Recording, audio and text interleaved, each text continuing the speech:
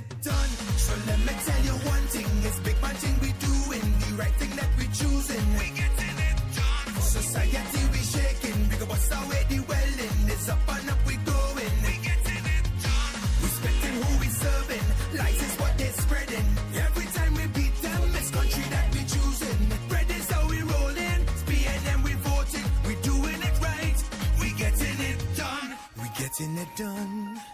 In the fires of hope and prayer, together as one, there is no load we cannot bear. And I see the light at the end of the rainbow. 4:40 p.m. I see the bright blue skies. Tomorrow has come and the change has begun. Yes, we're moving. Yes, we're moving. Here we come. Oh, we getting it done. Hey, hey, 40 p.m. Hey, hey, we getting it done. Hey, hey, 40 p.m. Hey, hey, we getting it done. Hey, hey, 40 p.m. Hey, hey, we getting it done. Hey, hey, 40 p.m.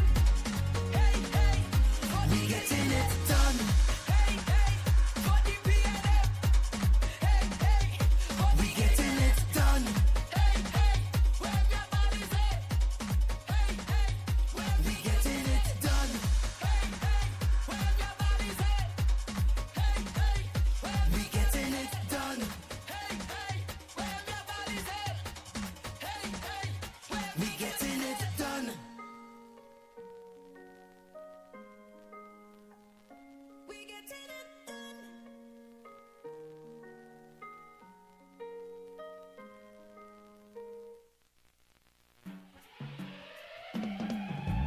All will be fine. Look, we made the right choice every time. Still a job to be done and a race to be won, and we know we will win every time. Just keep the faith, heads up high. We're together in this, you and I. Yes, the job will be done and the race will be won, and we know we will win every time. And we go vote for the love of we country. We go vote to protect the treasury. Vote is only doctor only. The right choice for TNT. Is the choice, B&M is the voice, B&M all the way on election day. Is the right choice at the right time. Hands in the air for the bodies, hey. Introducing my friend, the General, Sasha. We voting pioneer. Anyway, right choice, proud leader. The battle for our nation, your life matter, yeah. Real leadership, yo, we promise you forever.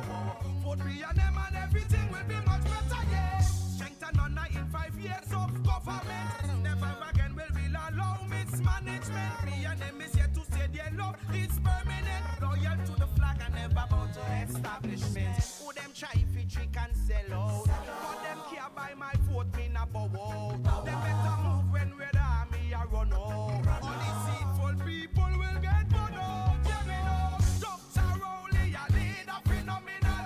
The UNC full up of pirates and criminal. Send for the duck, cause the state is critical. Searching to perform, and this country's political structure. Send for the doctor again.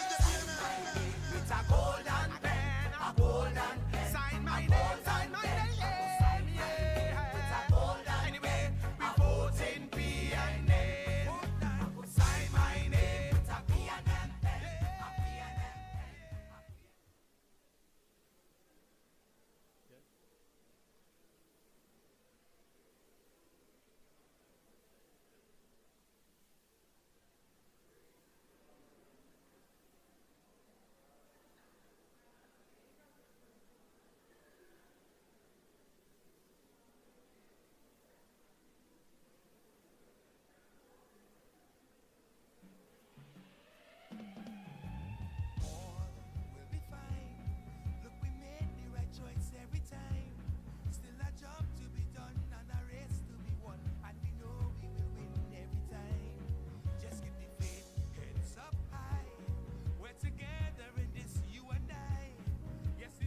Good afternoon, good evening, PNM family. Good evening, PNM family. How we doing? How we doing? At this time, we want to begin, so I invite you to stand as we have our opening prayer, and after the prayer, we ask you to remain standing for the national anthem of Trinidad and Tobago.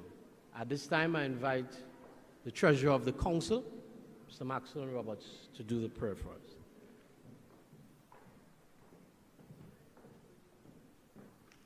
Good evening all. Please assume a point of reverence. Kind and Heavenly Father, we thank you for this opportunity to come before you. We ask you for your blessings on this beautiful Sunday evening. We ask that you give us that spirit of unity, that spirit of strength. We ask that you guide those that are on their way, bring them here safely, O God. As we come before you to treat with the business of the people, we ask for your continued blessings, your continued mercies. Your mercies are new every day, O God. We thank you for life. We thank you for strength.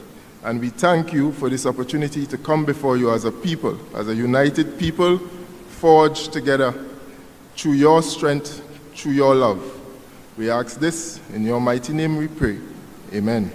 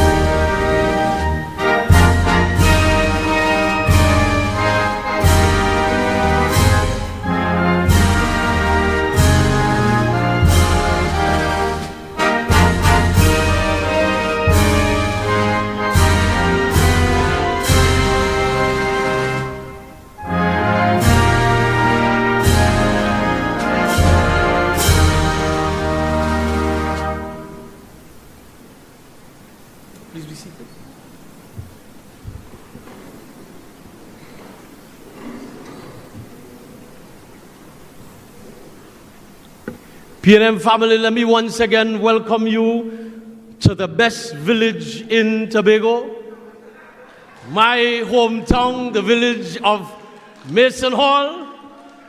We produce some of the best, and we can't argue that point. We produce some of the best, and we continue to do so. Just a few housekeeping and greetings and salutations before we get into what is going to be a power-packed meeting this evening. Let me take this opportunity to recognize both members of Parliament, Member for Parliament West and East. Put your hands together. Member of Parliament for West, Ayana Shamfa-Kojo, my apologies, Shamfa-Kojo Lewis. And our MP for Tobago East, the lady, Madam Ayana Webster-Roy. Put your hands together. Me also recognize our minority leader, Mr. Kelvin Morris. One is enough. And we know they are coming, so in absentia, we want to recognize our political leader of the PNM Tobago Council, Mr. Ansel Dennis. And we know that he is tuning in. The Prime Minister, Member of Parliament for Digo Martin West, the Honorable Dr. Keith Christopher Rowley. I also want to recognize our minority councillor who is in the audience this evening, Mrs. Petal Daniel Benoit, all executive members of the Tobago Council. Also recognize our Assistant General Secretary of the National Party, Ms. Patricia Alexis. Put your hands together. All our former assemblymen and secretaries that are here, we want to thank you for for gracing us. And we see three of them up in front and center, and we have others mixed in with the audience. Ladies and gentlemen, good evening. You know, they think that we are dead. They think that we are no more. They think that we will never return. But we got news for them in Tobago. The PNM is standing strong. The PNM will remain standing strong. Yes, we may be down, brothers and sisters, but when they feel that we're down, we're not out. You see, brothers and sisters, from 1956 to 2023, we are the People's National Movement. From Dr. Williams to George Chambers to Patrick Manning to Keith Rowley, we are the People's National Movement. And in Tobago, from Orville, London, to who? From Orville, London, to Kelvin Charles, to who? We are the PNM. Some of them want to disrespect our leaders, but listen, when you have nothing to say and you have no track record of anything, you are going to attack people. You ever see the pelt a barren tree? Never pelt a barren tree. So let them continue to pelt. We make no apology for who we are. We are the PNM, and we will continue to be the PNM. We will continue to stand strong. We will continue to rebuild. As I said, a friend of mine told me we were not beaten December 2021. What we had was a steep learning curve. It is for us, the people of this great party, to learn from our mistakes and to build on the legacy that is the People's National Movement. We want to get right into this evening's meeting and to open the baton. Brothers and sisters, we have a powerful lineup. I'm sure that you know that we are going to have, I can't even find the adjective for it, but we are going to have a beautiful, mind-blowing evening in Mason Hall. But to open the baton, the man who continues to fight tirelessly for the people of Tobago, I invite you to stand to your feet.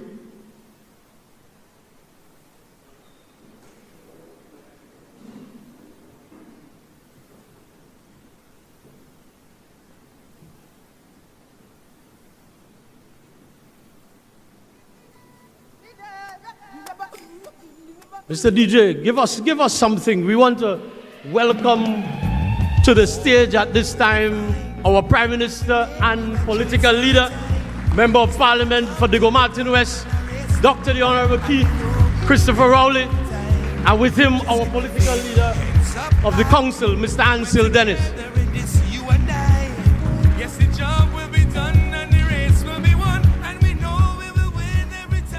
And as I was saying, the man who continues to lead the battle for us in the Tobago House of Assembly, they're trying all how to beat up Brother Morris. But the boy young, the boy vibrant, and the boy fit as a fiddle. And we want to stand with the mantra this evening that says, one is enough. Ladies and gentlemen, put your hands together as we welcome to the stage at this time the Assemblyman for Darrell Spring Wim and the minority leader of the Tobago House of Assembly, Mr. Kelvin Morris.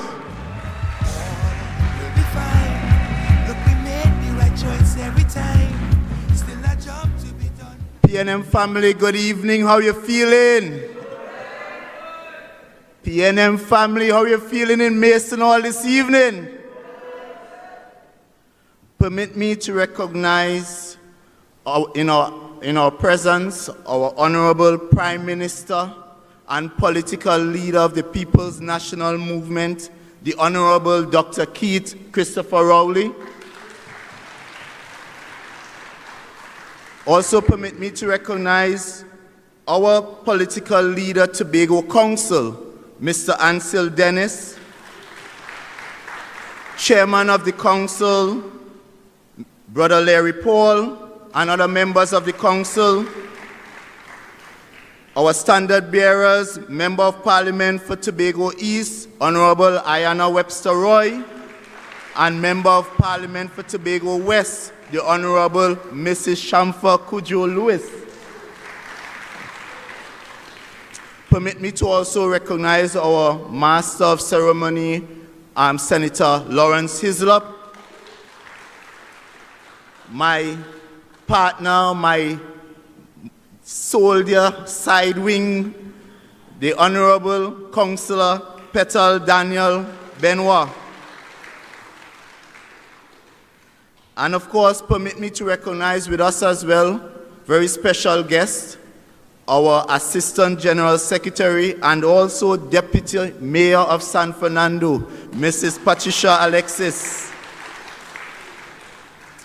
Let me also recognize our former Assembly members, councillors, secretaries, members who would have served on the executive of the People's National Movement Tobago Council, PNM members, PNM well-wishers, PNM family, here in Mason Hall, PNM family logged on listening.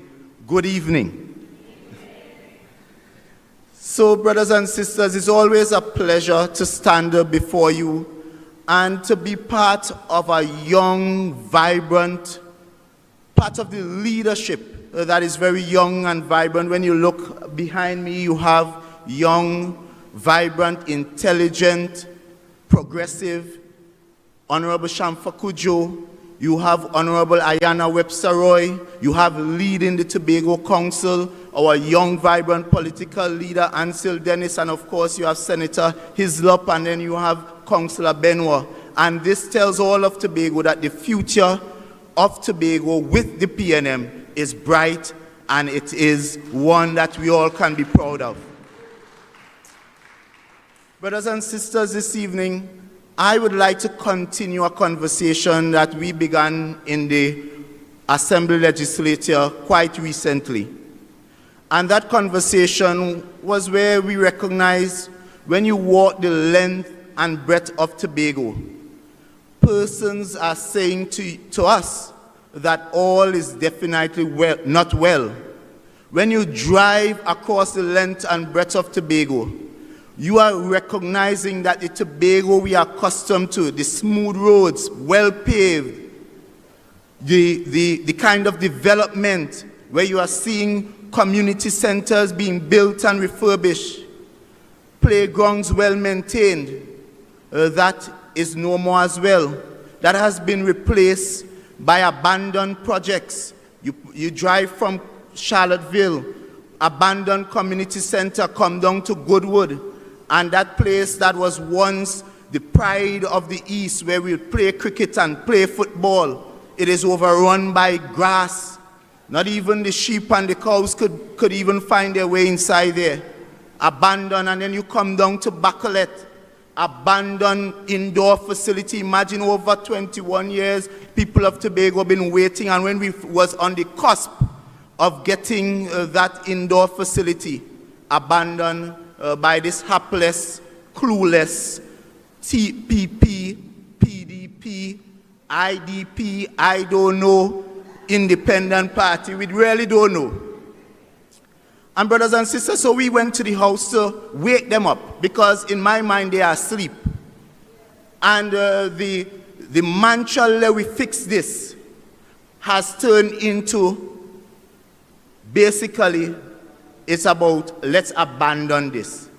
And so we went to wake them up. And in calling those persons to finally take responsibility for the mandate given to them by the majority of Tobagonians, those jokers got together, amended the motion, and then decided in that space that they were doing so well. So all the persons who are unemployed and they are asking for employment, they are saying no, they have fixed that already. All the roads that are left with big potholes that we have to divert from on a daily basis, they are saying no, we have fixed that already. All the buildings and the projects that have been abandoned, they are saying no, we have fixed that already, and there's nothing to fix in Tobago. So they got together. Imagine one secretary was so bold-faced to tell us that he spent $2 million on a project to alleviate flooding in Canaan Bonaccord.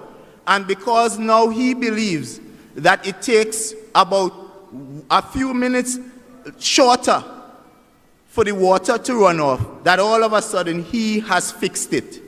And just recently, what is even more vexing, just recently, the same place that he was telling us is fixed, cars had to be turned back just a couple days ago because it was impassable. So imagine spending $2 million saying that you have fixed it, and to date, the problem remains. And this is what passes for governance in Tobago at this time. But more than that, I've worked with a couple questions that we have filed. And the reason I've worked with those questions is to demonstrate quickly how arrogant this administration is, how untrustworthy this administration is. Because what you would see within those questions is a clear inability to respond and respond truthfully. And the first question, because I also want to give you their records in responding to questions. So we have filed 56 oral questions. And as much as they have answered about 46 of those questions, there are 8 of those questions remain unanswered, and 2 of those questions were partially answered. And of the 10 questions unanswered, 5 of them belong to one man. And I would read one of the questions that we filed for oral response. And you know what is so disappointing about that? Is that when we initially filed that question sometime in April, on the 27th of April at the 17th sitting, the gentleman pretended, we asked him about the quarry at Studley Park. And I'm speaking about the Secretary of Infrastructure. And he pretended that he didn't know that the THA owns a quarry at Studley Park. So he said to me and he gave the commitment yes, he gave the commitment that the official recruitment process has been let me just read. Yes, so he gave me the commitment that this quarry, after he went around the merry-go-round, telling us all about when the quarry was established and all that, he said, I would ask that if the member wants to ask about the board of directors of the Studley Park Enterprise Limited, that being a separate altogether question, that he is welcome to submit that question at the next sitting or at any other sitting he chooses, and he will be pleased to answer me. So I did take heed, and I did ask about the board of directors at the Studley Park Enterprise Limited. You know, after we went on a break, so he came June, he didn't answer. Went on a break July, August. Returned to the Assembly Legislature in September. And after giving that commitment, you know that gentleman turned around and asked for a deferral? And you would think that that was bad. Come to the sitting in October, and this gentleman again comes to the Assembly Legislature after being warned by the presiding officer that he will present the answer in October. He comes again without any care for the people of Tobago, and he asks for a deferral again. And I am saying to myself, how could you not know who are the members of the board to which you are responsible? If anything shows a clear dereliction of duty and tells me that you are unfit for office, unfit for the position, is that because how could you not know who are the persons operating one of the most important agencies in Tobago, which is the Studley Park Enterprise Limited? And the reason why they don't want to tell us is because they are ashamed of the person that they have put there. Because we know who the person is, and the person we know is famous for planting pumpkins and cucumber. And because they know that person cannot stand scrutiny, because they know that person is unqualified, he's ashamed to tell you, the people of Tobago, that answer. But very quickly, I will move on. We also asked the Chief Secretary a simple question. Do you all practice recusals in the interest of transparency? And he said, yes, we do practice recusals. As a matter of fact, we have many persons and many issues where we had to have recusals. So I then asked him, can you share with us some examples? He said he would have to put it in writing. As I stand here tonight, we have asked and we have asked and we have asked. Up to now, we can't see one letter, one word, one name of any member who would have recused themselves on any issue. So after committing and telling us, yes, they do recuse, he is now unable to tell us who are the persons and what are the issues. And you might find that, why am I saying this? Why am I fighting up with this? But there's something called conflict of interest. And in a situation where every day we are seeing persons getting contracts, you are not seeing anything being advertised, you are not seeing any kind, they're not even telling you who are the contractors, they're hiding the names. Imagine a project going on at Collar Hall. Nobody knows the contractors, nobody knows who are the persons. Yet projects are going up. You are seeing a situation where you have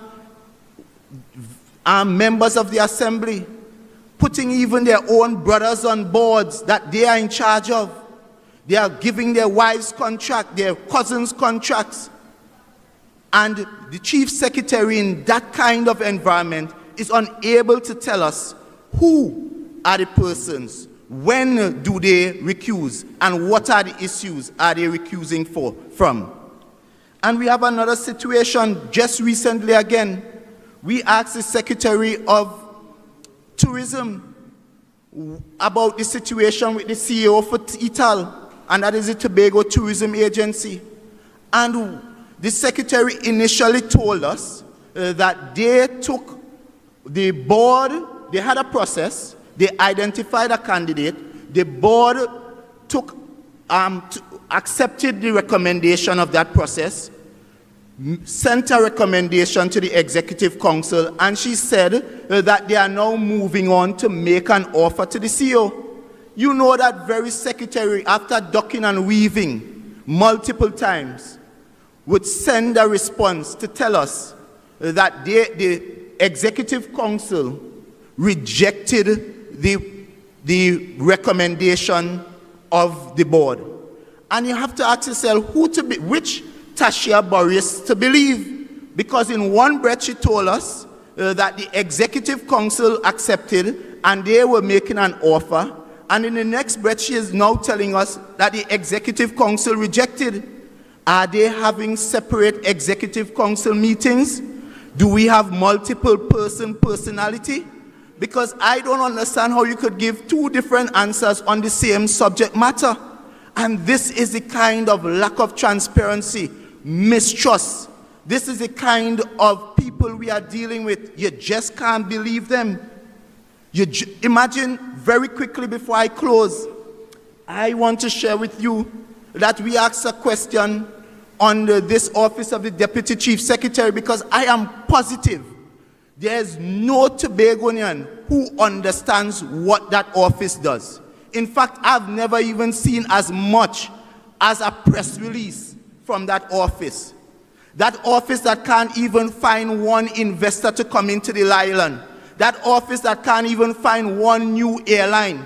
In fact, if you look at Tobago's number, compare, in 2019 when we were there, total stayover arrivals by month, and I'm just going to give it to June, we had over 12,000 people coming to island, international tourists.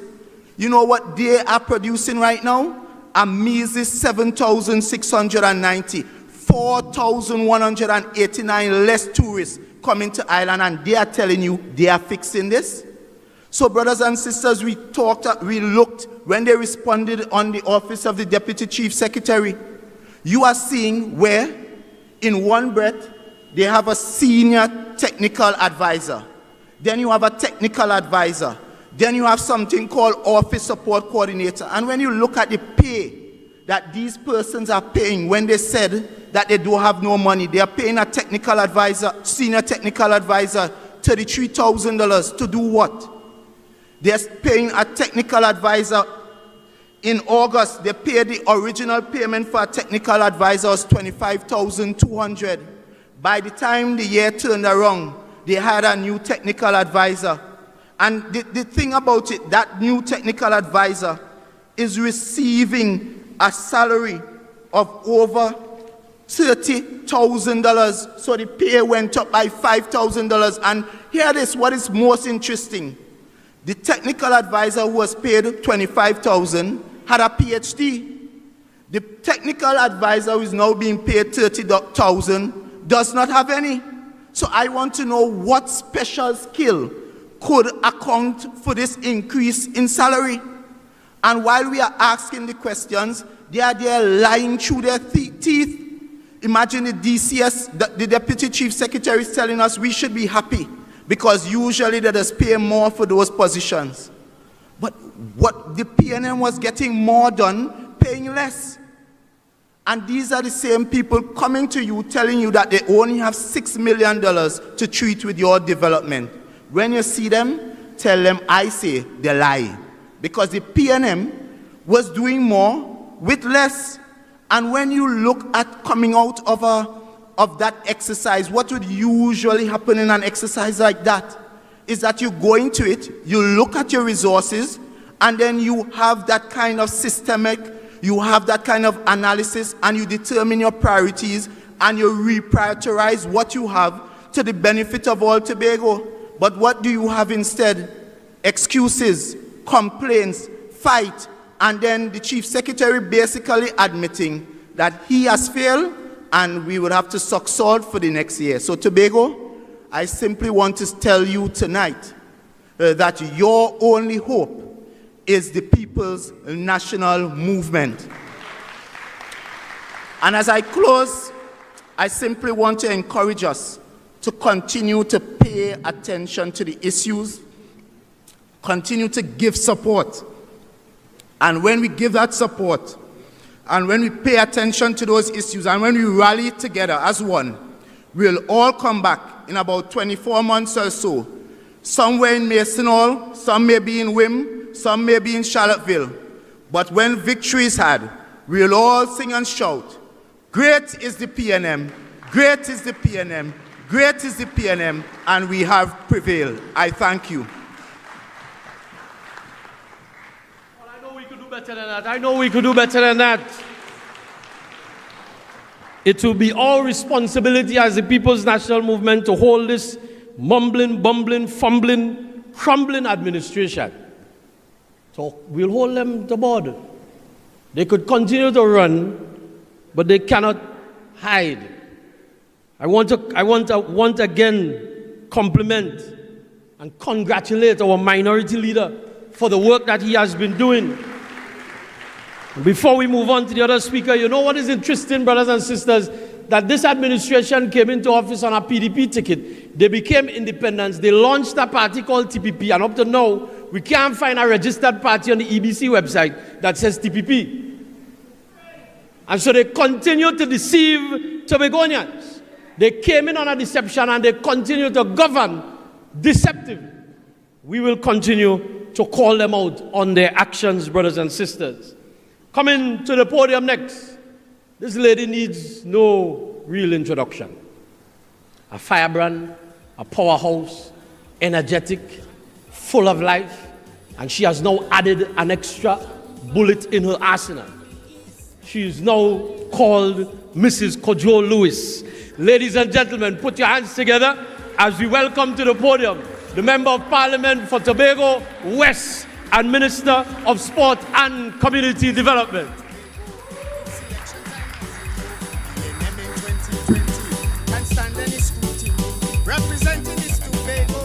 Thank you, Mr. Chairman. A hearty good evening is extended to each and every one of you. It's a real pleasure to see you out in your numbers. I want to acknowledge, recognize, and salute the presence of our dear political leader, Dr. the Honorable Keith Christopher Rowley, Prime Minister of Trinidad and Tobago, son of the soil, and a dear Mason Horlian. I want to recognize our Tobago political leader, Mr. Ansel Dennis. I want to recognize Mr. Kelvon Morris. I wanted to say one is enough. Thank you for your hard work and your commitment. I want to salute also my sister in service, Mrs. Ayana Webster Roy. All the other party members of the executive, brothers and sisters of the PNM, those who are tuned in, listening through social media, TTT, I-95, the People's National Movement is on the move again. I'm always delighted to see you come out in your numbers, even on a Sunday evening. It's a beautiful evening indeed. The PNM is on the move. Down but not out, minding our business and slowly making progress. Your presence this evening, brothers and sisters, represent commitment, perseverance, dedication, sacrifice, consciousness, courage, self-awareness, and most importantly, hope. They're still right-thinking Tobagonians in Tobago. People who are not afraid to identify wrong as wrong and right as right. And patriots who are committed to standing tall on honesty and integrity, doing the hard work to restoring order, making sure that we have a sense of pride and purpose, and developing decency towards the upliftment of Tobagonians, the resuscitation of the Tobago economy, and the preservation of all that is good in Tobago as it relates to our values and our dignity. We are the People's National Movement. We know who we are, where we stand, and what we represent. In and out of government, we remain steadfast in our commitment to fulfilling our mandate, to maximizing the full potential of all our resources in the nation, to strengthening the economy, improving the standard of life for all Trinbagonians, and extending to our citizens unbridled access to an avalanche of opportunities, building a brighter future for all the children, making our country prosperous and resilient. All of that is we, a rally for all, whether you like us or not, whether you support us or not. We are the PNM, the same PNM of Dr. the Honorable Eric Williams, the same PNM of the hardworking and compassionate George Chambers, the same PNM of the visionary Patrick Manning, and the same PNM of the hard-working man of service and proper representation, Dr. Keith Christopher Rowley. It is we, the PNM, who brought our country out of the hands of the colonizers to the heights of independence. And it's important that we repeat these things, because something else is being told to our children, and something else is being told to you to cause you to question yourselves. And we have to remember who we are and from whence we came and what we represent. We are the PNM who fought to become a democratic republic and establish full control of our own parliament. We developed a sturdy foundation and created all the national institutions, a template for the rest of the Caribbean region. We are the PNM who engineered projects and programs to improve the quality of life for all people of every creed and race and political affiliation. Strong foundation we stand on. We are the PNM. Free schooling from early childhood to primary, secondary, tertiary education, free transportation for students and seniors, free textbooks, free school feeding program. We are the PNM. Complementary quality primary health care system, extensive social support through public assistance, disability grant, pension, home construction and refurbishment grants. All that is we. People's National Movement. We took the bold step to introduce industrialization to the country, a mighty manufacturing sector. We facilitated the development of our local financial institution, and the list goes on. Public utilities companies, we subsidized and supported agriculture from decade to decade, provided incentives for the private sector to boost development in our country.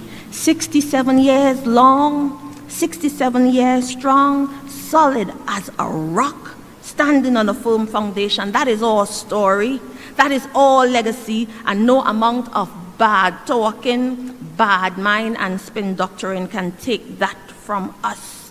At any time of history, you choose any period and you will see the PNM has always stood and still stands for progress, productivity, and opportunities for each and everybody. Whether you vote or not, because there are some of them who say, I don't mix up in politics, it's not supported by my faith.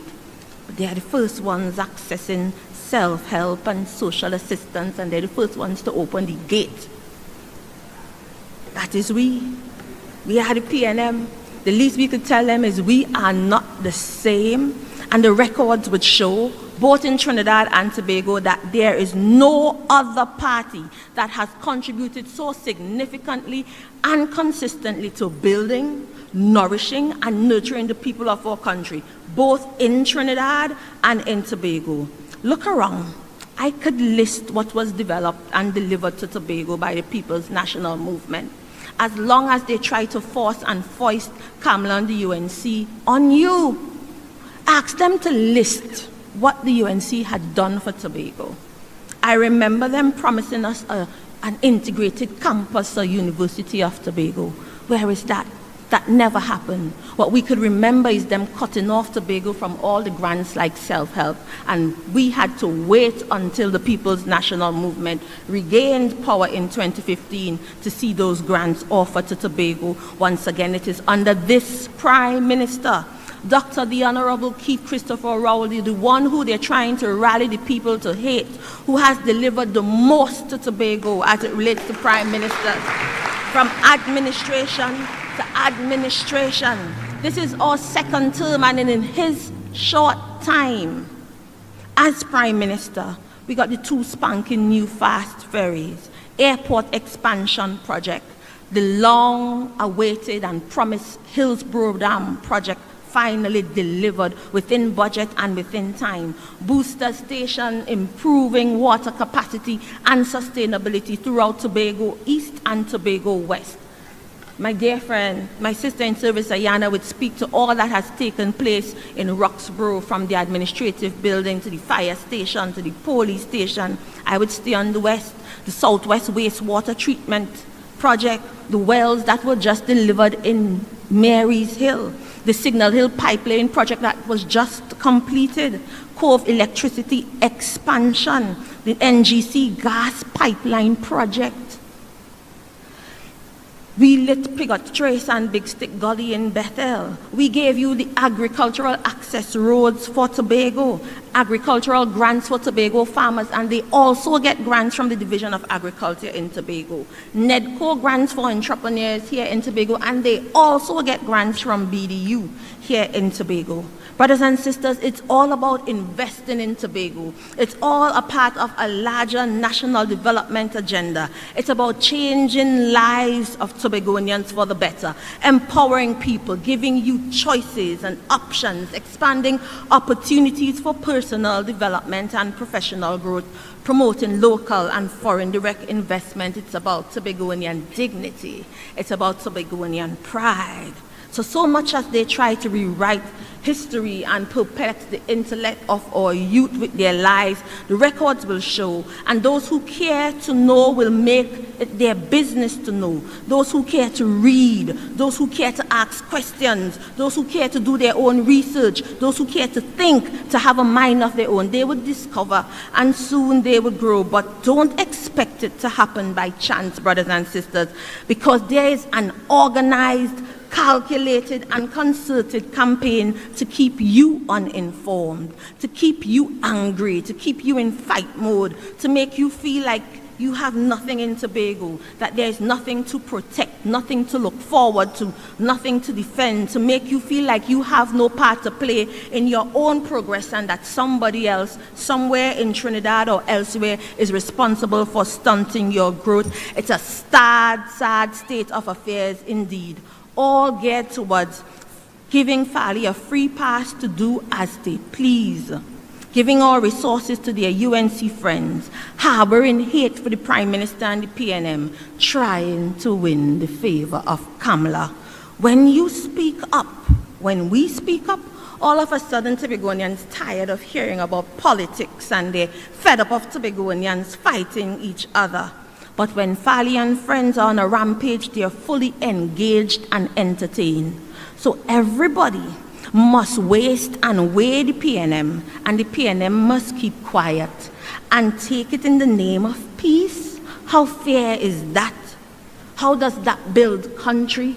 How does that improve Tobago? Tobagoanians wake up.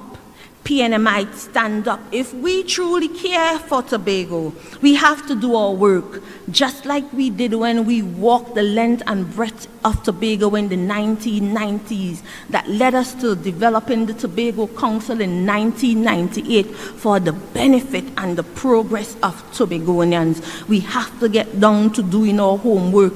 We have to get out there and pull a brother, pull a sister, pull a auntie, pull a co-worker, pull a nenen and do the work. We have to educate, we have to connect, we have to lift, we have to liberate our people, we have to rescue, we have to resuscitate what little is left of Tobago. But to sit, to watch, or to join them in playing dumb is just as bad as playing dead.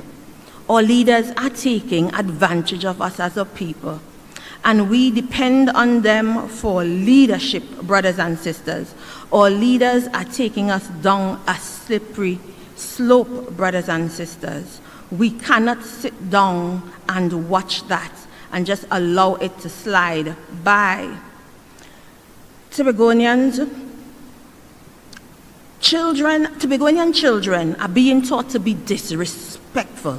Tobagonians are being trained to harbor hate, to promote evil, to promote hypocrisy, to sell their dignity, to demonize those who are actually doing good, and to play blind, dumb, and deaf to their own detriment, and eventually, ultimately, to their own demise. Trevor hire a plane, nobody sees, nobody knows, nobody cares. So do we what you want? Violate us, disrespect us as Tobagonians, as long as that disrespect and that violation is not coming from the PNM. As Tobagonians, how could that be good for Tobago? How could that be good for yourself? What are you teaching your children? What kind of values are you giving to your family and to your community? I want to know, where are the independents? The ones who used to blog on social media about accountability and transparency, where are the mouthpieces for civil society? Who's gonna air the issues on Spot On? Everybody busy, everybody sleeping, some eating their food, their mouth so full they can't talk, and some so ashamed they can't find their mouth.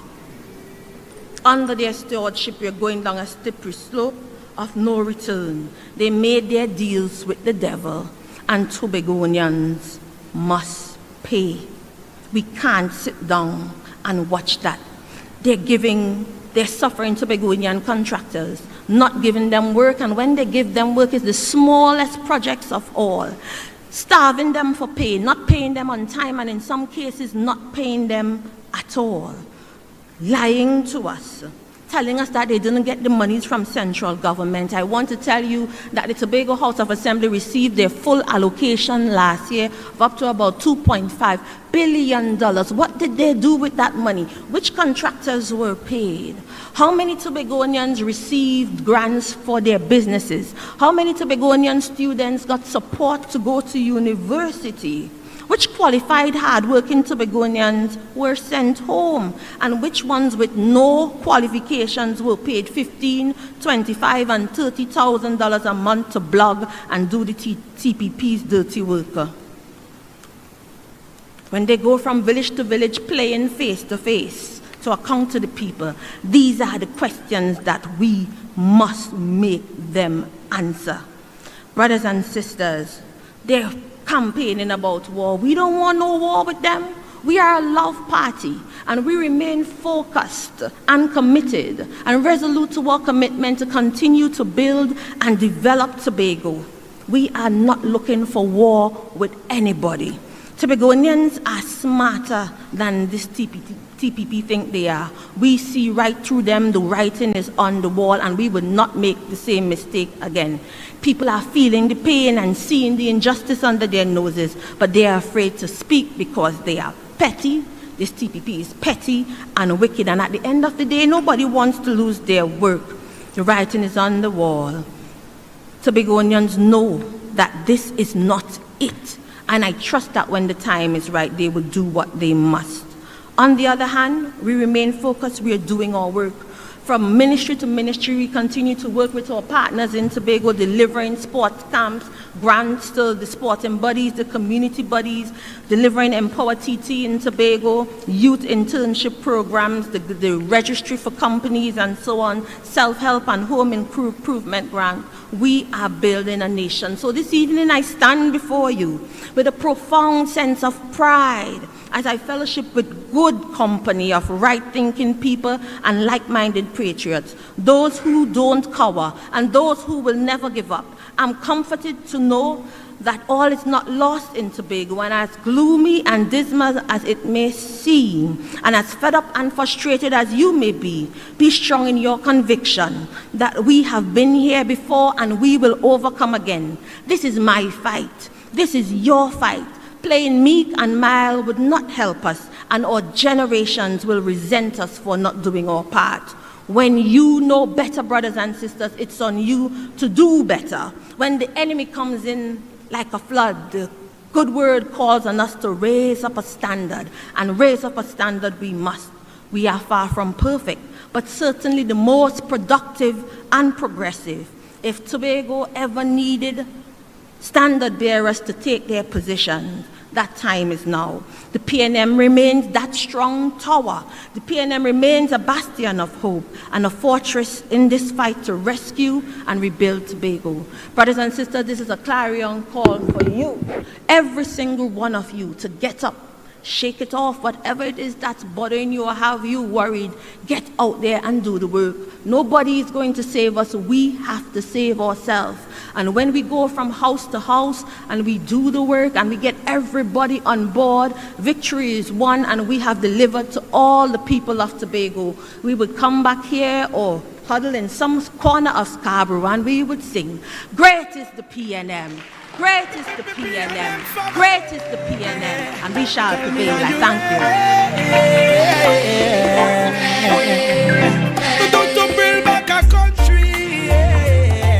Sober, sobering, but yet a direct instruction to all of us.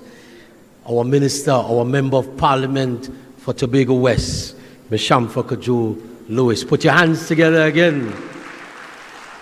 At a PNM meeting, we don't shout and disrespect anybody.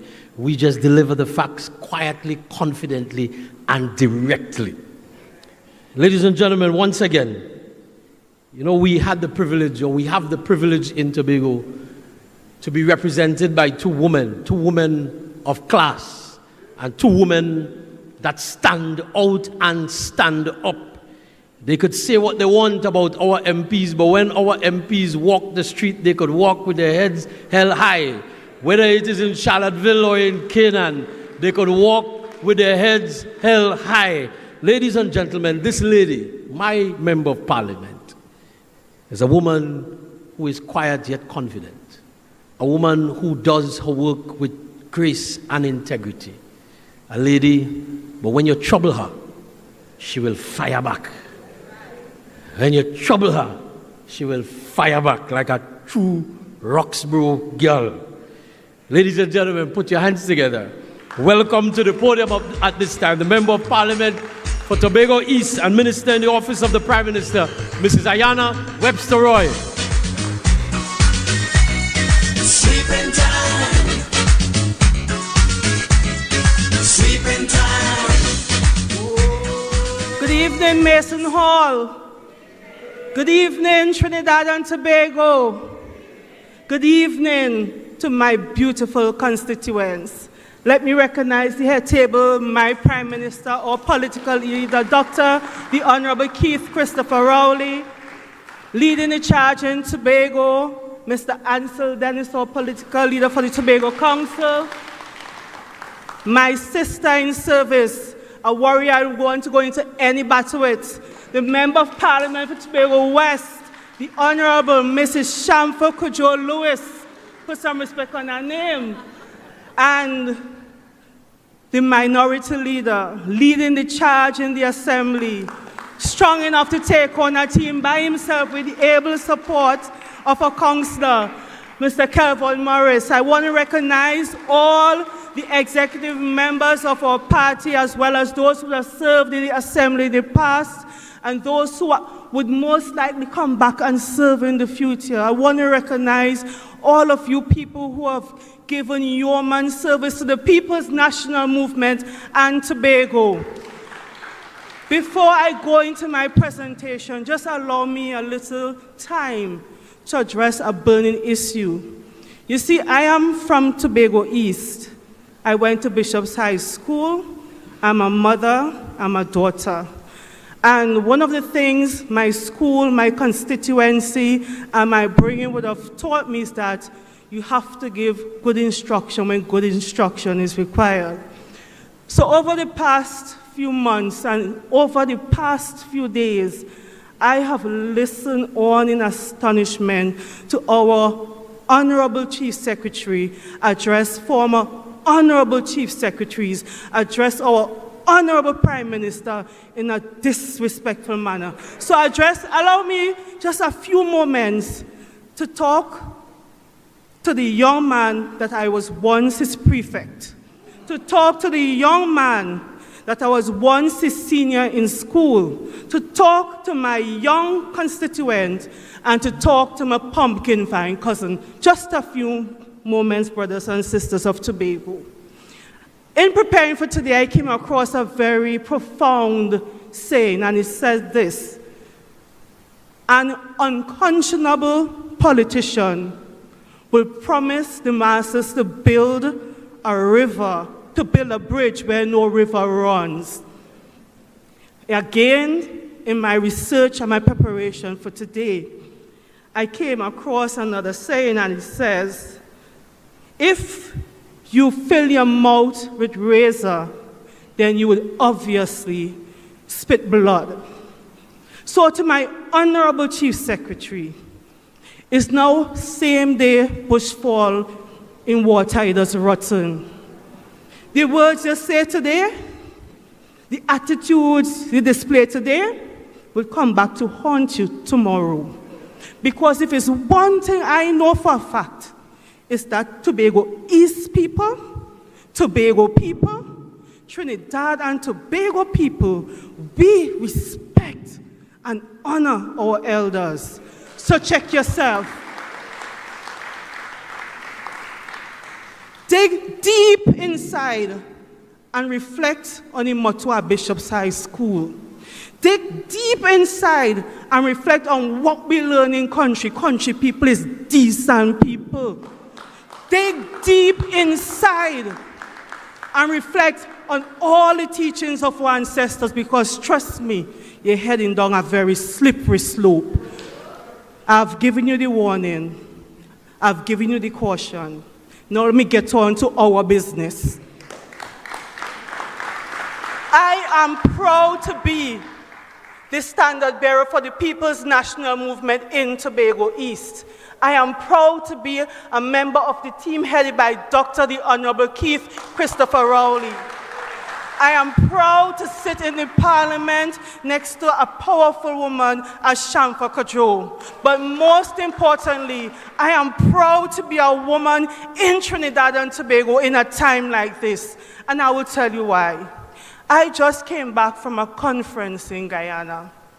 And when we listen to stories shared around the Caribbean, around our neighbors, around different territories, as a woman in Trinidad and Tobago, I fully respected and accepted once again that I am blessed. Blessed because of the policies established by the People's National Movement from 1956 to policies of today. It is the People's National Movement that would have allowed women to thrive in this country. It is the People's National Movement through its philosophies, its policies, that would have set the stage that today that we can boast that we have the leader of the House, a woman. We have the Speaker of the House, a woman. We have for the first time a female substantive commissioner of police. And if we want to go further, because of PNM policies, we were able to say we had a first female prime minister. It's because of PNM policies, we can say in Tobago, the presiding officer is a woman. So if any party has ever cared for women, it is the People's National Movement. If any party in this country would have cared for women and girls, it is the People's National Movement. The People's National Movement through investment by ensuring that when we are in times of difficulty in our homes and we need to flee, we made that investment by establishing the first state-run domestic violence shelter. It is the People's National Movement that saw it fit in establishing policies, encourage ministries and agencies and departments to not only cater to the physical health and well-being of staff, but encourage ministries and agencies and departments to provide after-school support services for children of staff. And because of that policy, embraced by the People's National Movement, at Tobago, at CAS, we had our daycare facility for our staff, ensuring our women were able to come to work and be productive without having to worry too much about the safety and well-being of the children. It is the People's National Movement, through its policies and program, ensure that we establish a national child policy, the first of its kind in the Caribbean. It is the People's National Movement that took a vision of establishing a national children's registry and made it a reality, the first in the Caribbean. It is because the People's National Movement understands and values the importance of family, women, and children. This PNM, the same PNM of Dr. Eric Williams, the same PNM of Mr. George Chambers, and the same PNM of our boy, Dr. the Honorable Keith Christopher Rowley.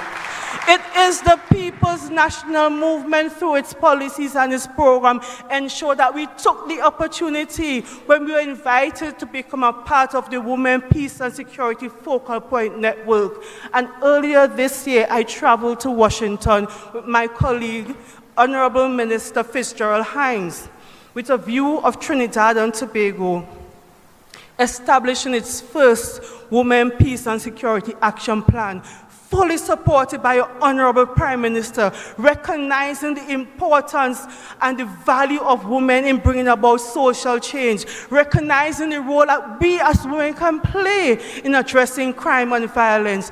The People's National Movement. It is the People's National Movement through its policies and program that is caring for our most vulnerable in our communities and in our society.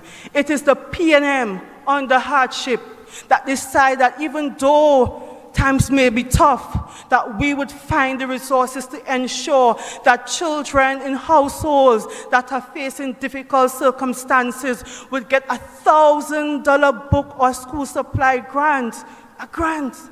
Things hard, but this PNM made that decision to make that investment in our young people. But beyond that, it is this PNM that decided that we must continue the school feeding program. We must continue providing free transportation for children in school uniform, because we recognize that education is a vehicle out of poverty. The People's National Movement has always invested in our children and our young people. It is the People's National Movement under this Prime Minister that embraced the opportunity to go to Guyana, explore what is happening in terms of their shared house programs, and encouraging our Minister of Youth Development and National Service to bring that in so our young people would have the opportunity through agriculture to build generational wealth. And when I went to Guyana, I had the opportunity to visit one of those shade houses run by women in Guyana, and to see the potential that it has to transform not only the life of a woman, because once a woman is empowered, a family, a community, and a society has the ability to advance the people's national movement. It is the PNM under Dr. the Honorable Keith Christopher Rowley, under Mr. Orville London, under the leadership of then Chief Secretary Mr. Ansel Dennis, that ensured that Tobago East was able to blossom and flourish. I am proud to be a Tobago East girl that could now go and get my health assessment done at a hospital in Roxborough, built under the PNM. I remember in 2015 when I walked Hermitage, a young woman said to me, if you could do one thing, try and make sure no other woman in country and baby on the road. Sister, we fixed that. We built the hospital. It is the people's national movement that decided that it was going to improve water security, not only in Tobago, but throughout the Republic of Trinidad and Tobago.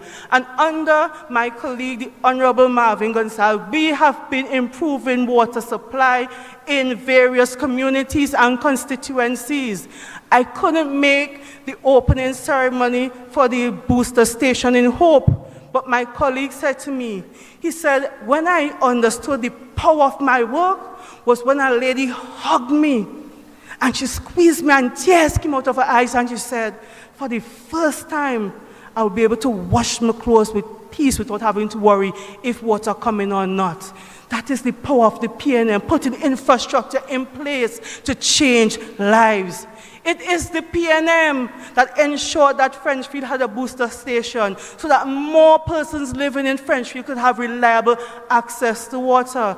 And it is the PNM under my colleague, the Minister for Public Utilities, that is going to improve water supply for persons in Charlottesville, Dallaford, Roxborough, by the construction of the Goldsboro Water Treatment Plant. That is performance, that is service, and that demonstrates that the PNM cares. The PNM cares. No matter what they come and tell you, the PNM cares. If the PNM didn't care in this hard guava season, you think I will not leave the minimum wage as it is? But because we care, we took it to $20.50. Now I work out the maths, right? And that $20.50 means an additional approximately $520 in your pockets. Now I kind of worked out my maths this afternoon, and I came to the conclusion that that $520, if I live in Charlottesville, would give me return bus tickets to Scarborough for a whole month, and I have changed leave over to get a $150 hamper from Viewport, or a $200 hamper from Penny Savers. Ain't that good, people? We ain't just putting money in your pocket, but we're giving you the means and the ways to support your family and to help to take you and your family out of hardship. Because the PNM cares about you, your development, and your ability to transform yourself and your family and build generational wealth. The People's National Movement decided to partner with ALTA to ensure that we expand the reach of the adult literacy program, capturing those persons who may have literacy challenges and bringing them to a level where they can then become more empowered. You see, our philosophy is this. We don't want to keep you dependent on us. We don't want to keep you waiting on handouts from us. We want to take you from stage to stage, level to level. Have you so empowered and show off yourself that if your pocket nice enough and you feel bright enough, you can say, we ain't bound for again, because you believe in the goodness and the power of the people of Trinidad and Tobago to always be right, to always do right, and to always be sensible when choosing governments. Now in Tobago, we have a team that is encouraging our people to take a chance when the general election comes in terms of who is going to govern Trinidad and Tobago. Now, once bitten, twice shy. We already experienced Tobago under a PP government. Or you want to go back there? Or you want to get Tanti Kams back as the leader of this country? Or you also want to get Mooney Lal and them back in powers of position? all those who want to get the UNC people back in the treasury of Trinidad and Tobago, then take sense some nonsense. If anybody trying to convince you to vote for any other party that ain't the red party, obviously they hand you over to who? The UNC. We ain't going back down the road. We experienced at Tobago under the UNC where we could not access self-help grants. We experienced at Tobago under the UNC where our airport was looking like a, what to call it, a goat pen? We experienced at Tobago under the UNC where every minute they were causing bassa between the THA and central government. But we know with the strong, stable, focused leadership of any PNM Prime Minister and any PNM government, Tobago always thrive. So I'm encouraging all of you, use your power of influence. Use your power of influence so good. Go out on the highways and the byways. Go out in the streets, go out in the alleys, and start spreading the message of how important it is to vote wisely when the time comes. Your best bet is a vote for the People's National Movement. What is your best bet? What is your best bet? What is your best bet? Obviously, the People's National Movement. So don't let it come and try to confuse your brain. As I said during the debate, Tom drunk, but Tom ain't foolish. We know what we're about and we know what we're doing. Sometimes people are afraid to speak out, but this is a democratic country. We have the power of influence through our voices. So let us go out there and use that power of influence and educate the undereducated or the uneducated. Because a lot of young people today, they're getting carried away by hype and mama guy. A lot of young people today getting carried away by tomfoolery. So I want to encourage all of you to ensure you educate the young people, because our youth would have benefited tremendously under the People's National Movement. I want to talk to the men now. The PNM has not left you behind or left you undone. I was pleased to present in Guyana on some of the initiatives coming out from my sister's ministry. Empower, transforming the lives of young men. I had young men in Tobago East who had the opportunity to be a part of that program, and I have seen them thrive, becoming more upstanding citizens, being able to contribute to their family, their community. Empower is doing good, and that is a PNM initiative. So brothers and sisters, once you go out, you spread the word. Once you advocate, once you communicate, once you educate, when the time comes, we will all continue to say, great is the PNM, great is the PNM, great is the PNM, and we shall prevail. Thank you. Be ready now, be ready now. Yes! I'm sorry that tonight I am the Grim Reaper when the time is concerned. But brothers and sisters, this is what happens when you're at a PNM meeting. There is so much information to be shared with you that it don't have time. You do have time, but pay close attention to what we do in this organization, in this movement, in this government. You know, I want to tell the Chief Secretary, take warning. You better take warning. The prefect, his former prefect, said, boy, behave yourself. Right now, he could do with some lines. Right now, he needs to be put out of the class. When we take away corporal punishment from school. But right now, he needs to be put out of the class. We will not tolerate disrespect. And brothers and sisters, we as the People's National Movement ought to stand up with a loud voice and push back against the disrespect that is shown. How could you disrespect, even if you want to talk about the man's political career, but to attack a man like Orville London's teaching legacy in Tobago, you have to be out of your place. I would not talk about the present Chief Secretary's teaching record, because I don't know. But I could talk about Mr. London's record. He didn't teach me. He taught my brother. My brother, he was a colleague of my father. And for you to stand up and disrespect a man's teaching legacy, something has to be wrong with you. Brothers and sisters, put your hands together again for our Member of Parliament for Tobago East. Woman of substance, woman of power, precision, ammunition, if you please. She don't play. She don't play. But brothers and sisters, we start to get to where the air is a bit rare.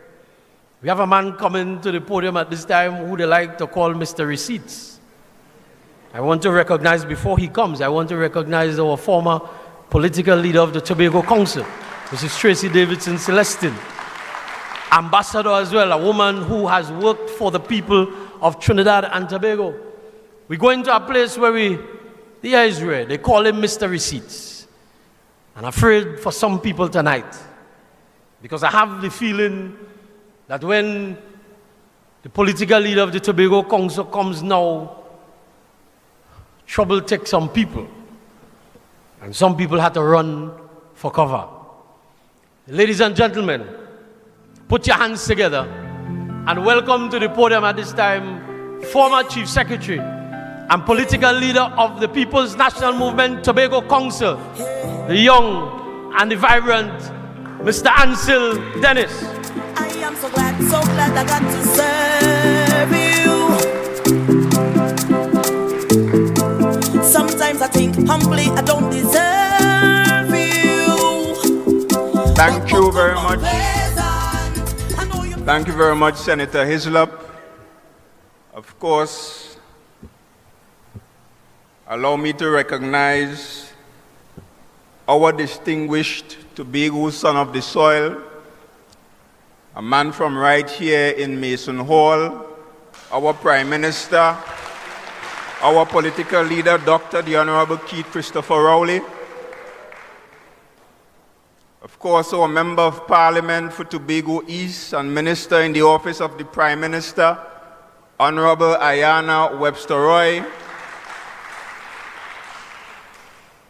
Minister of Sport and Community Development and Member of Parliament for Tobago West, Mrs. Shamfa Kojo Lewis. Our hard-working and very potent minority leader, Assemblyman Kelvon Morris.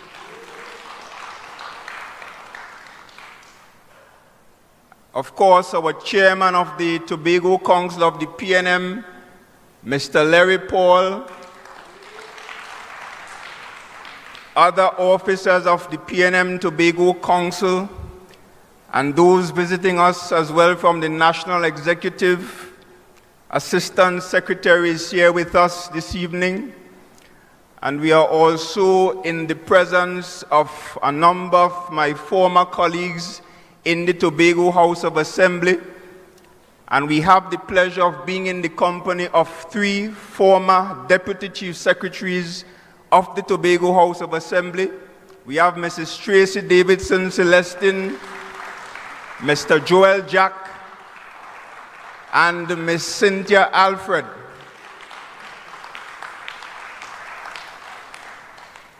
Former secretaries as well, Mrs. Marcelin Melville Jack, Mrs. Nadine Stewart Phillips, Mr. Godwin Adams, Mr. Jomo Pitt, and I hope I did not forget anybody.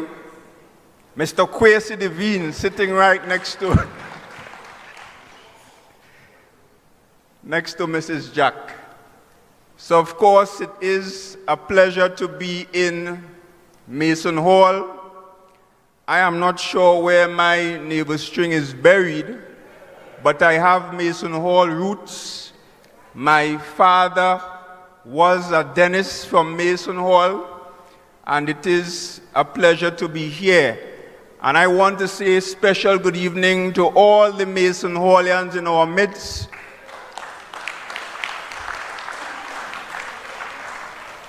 And of course, all PNM supporters from across Tobago.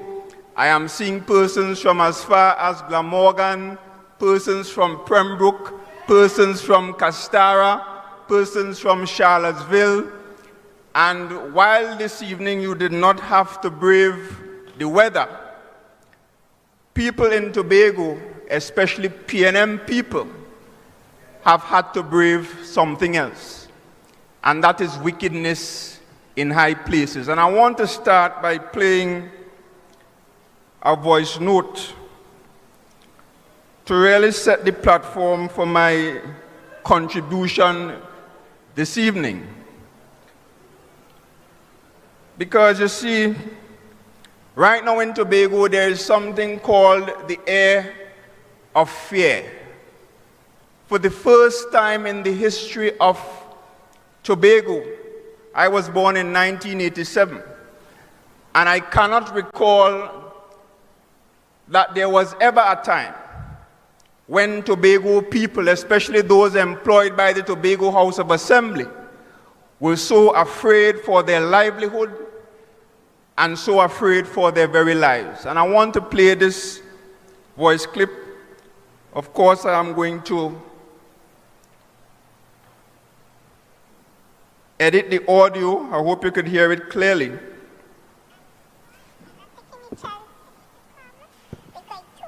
You all hear it clearly? All right, just now. All right. So this is not how the person's voice sung, it's a real person.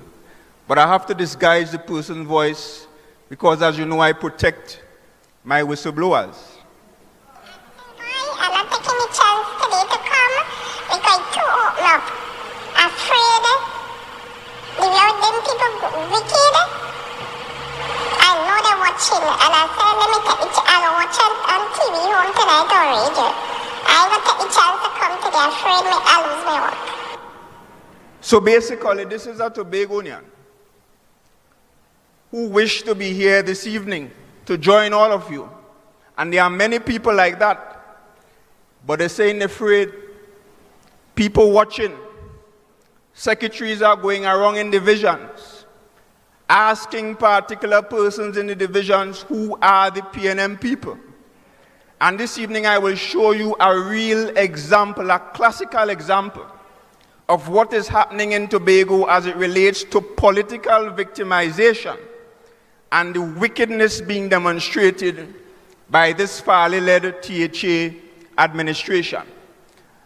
Because since December the 6th, 2021, in not too many days, it's going to be 2 years since this administration came into office, Tobago has been led in 3D.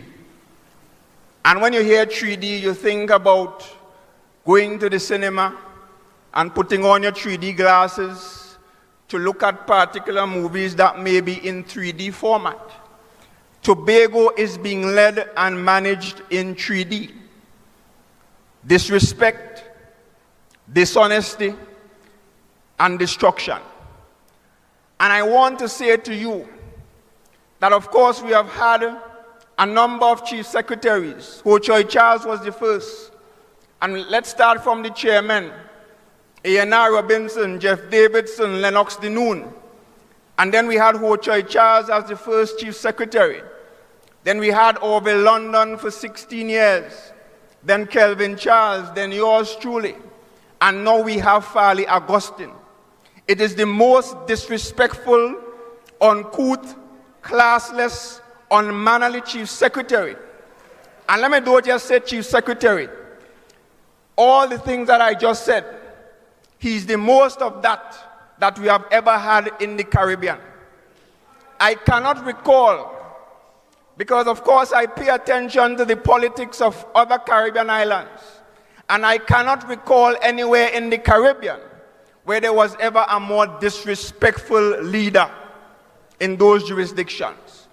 And therefore we have found ourselves in serious trouble. Because the disrespect started very early. You all remember when he said to our seniors, describing them as people walking with sticks, and the knee break up, and that they should go home and mind grandbabies, talking about people who contributed in the Tobago House of Assembly for many years. Disrespectful. He said to the business persons who are awaiting payments for 2 years now, banks foreclosing on them, creditors crying out to them for the money. He said to them, I don't care, I do business about your arrangements with the bank. He said to somebody else, who dead, dead, and who live, live. Disrespectful. Of course, having attracted police attention because of his conduct. You all remember Audiogate? I've said a lot about Audiogate, so I don't need to go there again.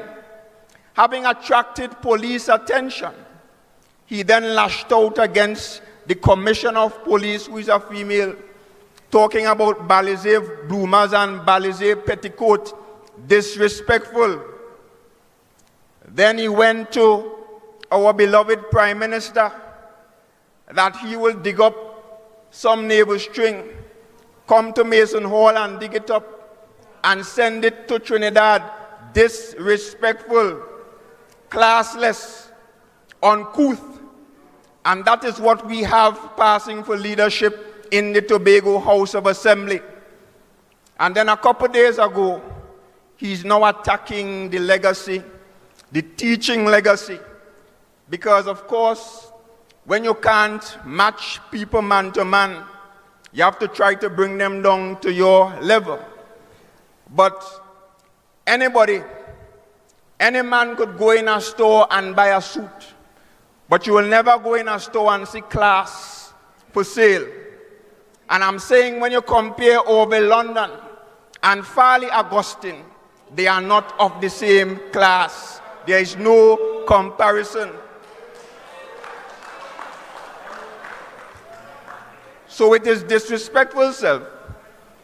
He's suggesting to us that a man who taught Tobago's children for more than 25 years, teaching even before, probably before Farley was born, left teaching while Farley was still in primary school. But you are so disrespectful, you're talking about he didn't do well as a teacher. What you know about the teaching legacy of Orville London? Where were you when he was teaching Tobago's children? When he was principal of one of the premier secondary schools on this island, a school that I proudly went to, Signal Hills Secondary Comprehensive School. Disrespectful. And you see the disrespect is being followed by the members of his executive. Because here you have Trevor James, so disrespectful to the people of Tobago that he's going to say to us, after they spent $2 million to build the first dry weather drain in the history of Tobago. Just imagine that. Now, I've seen dry weather buildings where sometimes as rainfall it begins to leak. We spent $2 million on a dry weather drain down in Crown Point. Trevor James telling the people of Tobago, be grateful, be happy. We found a solution to a problem that existed, according to him, for decades. Lie. I remember passing there. Yes, you used to have some water puddled at the side of the road, and that was very annoying to me. I used to call the secretary almost every morning, rainfall, but that was one little puddle. They went and they spent $2 million of taxpayers' money, and we now have a feature in Tobago, a new feature, that the people down in Tobago West are calling Notsi River. And of course, Notsi is the nickname of the assemblyman for that particular district. So $2 million to establish a dry weather drain. The drain only good when rain not falling. As soon as rain fall, vehicles can pass, vehicles turning back. And the secretary is telling us, Trevor James, that Tobago people must be proud. disrespectful. In the House, the minority leader told you earlier, several questions were asked, very simple questions. And when the minority leader goes to the House to ask a question, he's not asking for himself. Because half the time you already know the answers, some of them very ridiculous, to the questions. But it is on behalf of the people of Tobago, so that you could know what is happening in the Tobago House of Assembly, so that you could know how this administration is spending your money. 6 months ago, the minority leader asked the secretary, tell us the members of the Studley Park board. 6 months ago, the House went on a break for 2 months, between, I think it was August and September. The secretary came back to the very first sitting after the 2-month break to ask for more time to do research. To tell us who are the members of his own board. Yours saw, I think it was last month, where the presiding officer, their own presiding officer, became so disgusted that she said to the secretary, you have to respond in 10 days.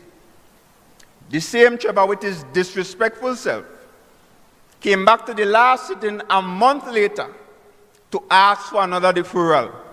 He cannot tell you who are the persons managing our quarry, but I can tell you for a fact that the head of the quarry is a man of great magical prowesses. Because I'm sure you remember back in 2013, it was the same Mr. Orville London who told us about a situation where a man was able to construct a mansion in record time. No problem. But when asked how you did it, the response was, well, I plant pumpkin and cucumber. That is the man in charge of our quarry. And I wouldn't tell you anything further because they have to answer at some point.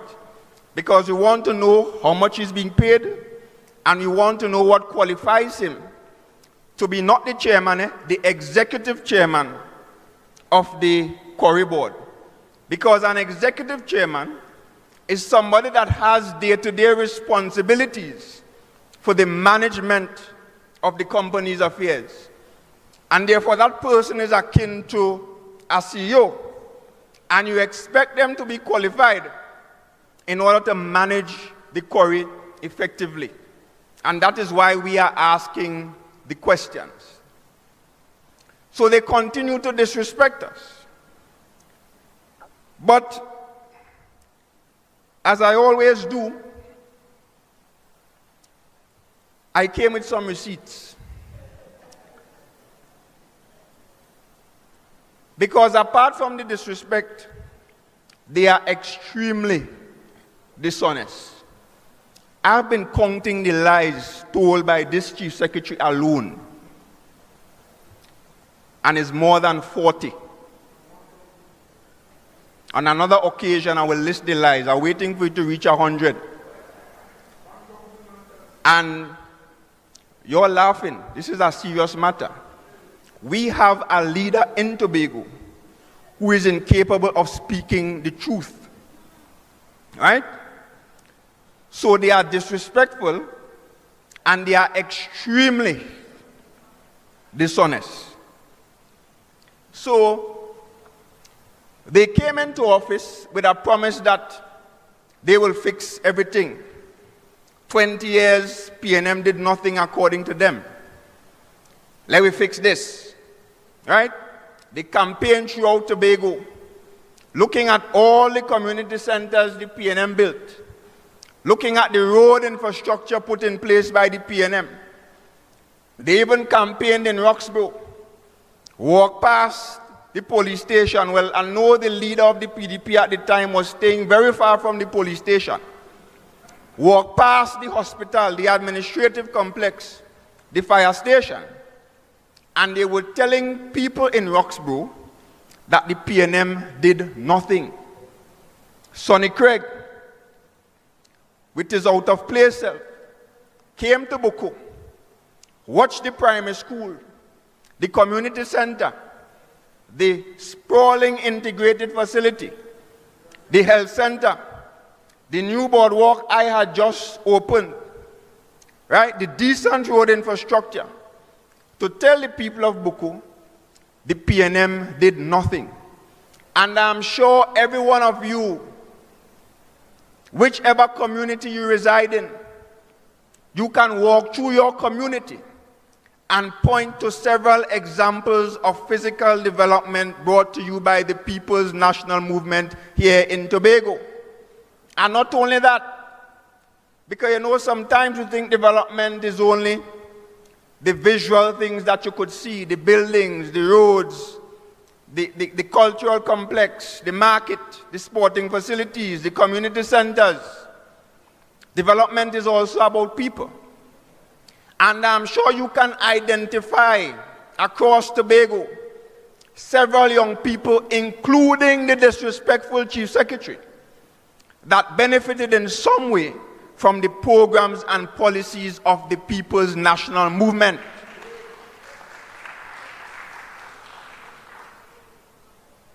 Right? So now, the Prime Minister is here, and this central government was so collaborative in the initial stages and even up to now. Of course, they sent almost, well, I think it was the whole cabinet that came to Tobago and sat for hours meeting with Farley and his team. And of course, at that time, we knew they were inexperienced, but we did not know at the time that they were so dangerous and lied. So of course, they sat with them, they made plans, they talked about Tobago's issues, Tobago's governance. And in addition to that, in their first budget exercise, the central government, the same central government they are now accusing of being hateful to Tobago, that same central government gave this THA administration $200 million more than the last PNM administration. I want you to let that sink in. We got voted out of office as PNM. A new administration came in that was not PNM. The PNM central government, during its budgetary exercise, allocated to this THA administration $200 million more. And Joel will tell you if we did get that. If we had that $200 million, what we were going to do. They got $200 million more. In addition to that, come this year, the last budget that was just read, they got an additional $64 million. And I want you to take your mind back. I'm not telling you about 16 years and 20 years. Go back to the pandemic, the last 2 years of the PNM in Tobago, what was done, the kind of governance you had, the fact that your leaders were very respectful. We knew how to dress. We knew how to conduct ourselves. You did not see us in fets with rum glasses on our heads. We did not cuss anybody. No, we used to cuss amongst ourselves when we arguing and talking and thing and Tracy want everything for she area and Joel want everything for he area. We would discuss and we would talk. Right? But we knew how to conduct ourselves and we knew how to manage Tobago people's business. Compare that to what you have now. So they got $200 million more. And look around Tobago and tell me where you see $200 million more. What did they do with the $200 million plus $64 million? Well, they just get that. What did they do? Somebody tell me rent a jet. I come into that. Wait. What did they do with the money? And the Chief Secretary, with his dishonest self, is telling the people of Tobago that when we do the maths and we sit down and we talk, infrastructure will be left with $6 million. You must be left with $6 million. You see, not telling you all that last fiscal year, he sent away a whole $300 million to Trinidad contractors. He's not going to tell you all that, right?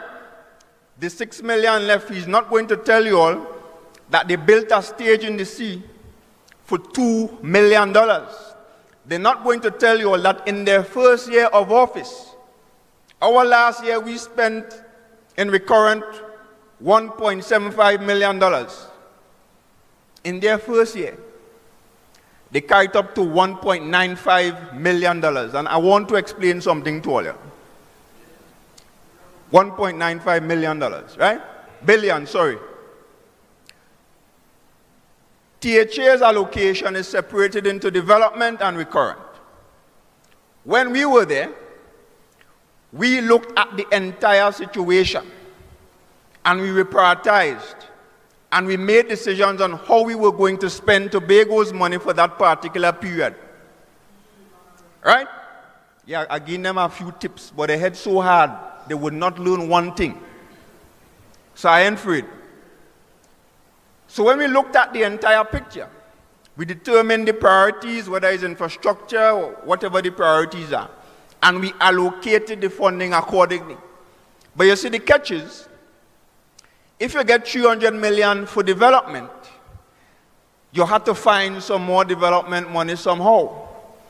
And the trick was, you squeeze the recurrent budget, or you maintain the recurrent expenditure to a particular level, so that at the end of the fiscal year, you have whatever is the savings there to come across to your development side. First, these people do have sense. They inflated their recurrent expenditure, right? And the minority leader gave you a hint earlier of some of the things that they did. You have the office of the Deputy Chief Secretary. The salary bill there is what? $19 million per year. The personal staff that we had, right? They looked at that arrangement where each secretary before had an advisor, a personal assistant, a personal secretary, and a chauffeur, right? They said that not enough. They add 2 more, right, for secretaries. And then for assistant secretaries that had before a personal secretary, they add 2 or 3 staff in those offices there. So through that arrangement alone, the salary levels increased by about $6 million per year. Right? And we haven't spoken yet about the travel. Every Monday morning is a trip. And when they're supposed to spend 2 days, when the event is 2 days, they're taking 10. Who going to Berlin, then leave from Berlin to go to Jamaica to sign a MOU? Let me call him, the Chief Secretary, Farley Augustine. Went to World Travel Market in Berlin, left Berlin and went to Jamaica. And he told us that he was going to Jamaica to sign an MOU. Since then, the minority leader asking for the MOU. The last excuse was some ambassadorial person had to see it and sanction some aspects of it. We can't see the MOU yet that the Chief Secretary signed. And of course, when he went there, he took Whitey, the Secretary of Housing, to go to Jamaica to look at house, because we don't have any decent examples of housing in Tobago. All of a sudden, we in Tobago don't know how to build house. And even if you don't want to look at Tobago, none of those HDC developments in Trinidad presented a good example to you so that you could know what you're going to do in terms of your housing program. So you're going to Jamaica. Terrence Baines was there, sitting down and meeting with Jamaican public servants, not politicians, public servants, wasting our taxpayers' money. And if that was not enough, we keeping our first October Carnival, which by the way is a PNM policy, we determined before we left office that we needed to have a separate carnival in Tobago in order to get maximum support, especially from our brothers and sisters in Trinidad. Because guess what? Even Tobagonians were leaving Tobago to go along to Trinidad and participate in their carnival. So they decided, rather than paying airfare, I think it was $300 at the time return, and a taxi to Port of Spain to go and talk to the NCC and talk to Ronnie and Carros and Peter Minchell and whoever else you want to talk to about Carnival, you gone to Grenada to market Carnival because you want to partner with Grenada for Carnival. And you carry a whole bandload of people, again, wasting taxpayers' money. And therefore, having wasted the money on travel and exorbitant, unnecessary salaries on the recurrent side, you're coming to complain now about you don't have enough money to pave roads and to do what you have to do. Right? And that is what we have passing for leadership. Now, one of the strategies, as you would have obviously recognized, because they cannot win another election in Tobago based on performance. They cannot. So the new strategy to try to stay in office, to thief more, is to try to get Tobago people to hate Trinidad and to hate the Trinidad government and to hate Rowley and to hate the PNM. That is a new strategy. So they're coming now to talk about autonomy. I want to remind all you why autonomy bill in 2021 was not passed. Give me the first document.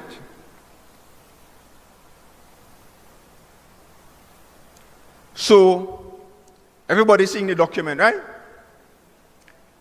So all of us are aware that the then Chief Secretary Orville London collaborated with all the political leaders in Tobago, Ho Choi Charles included, and Ashworth Jack included in the beginning. But of course, after he got involved, he got instructions from his handlers in Trinidad to fall out of that. So, we worked together in Tobago, all the political parties, from 2013 to 2016. Now, that was not the only time we consulted on this issue. Consultations have been going on for years. There was the John Prince Committee established in 2006. But the latest trust, right, began in 2013 when all the political leaders came together. And it warmed my heart when Ho Choi Charles said to London privately, and then he told us that Ho Choi Charles said, listen, let us put aside our differences and stop fight separately. Let's fight together for this thing called autonomy. So let me come together and fight, and when we get it, then we go fight one another to see who gonna manage it. So they came together. Consultations in Trinidad, consultations across Tobago.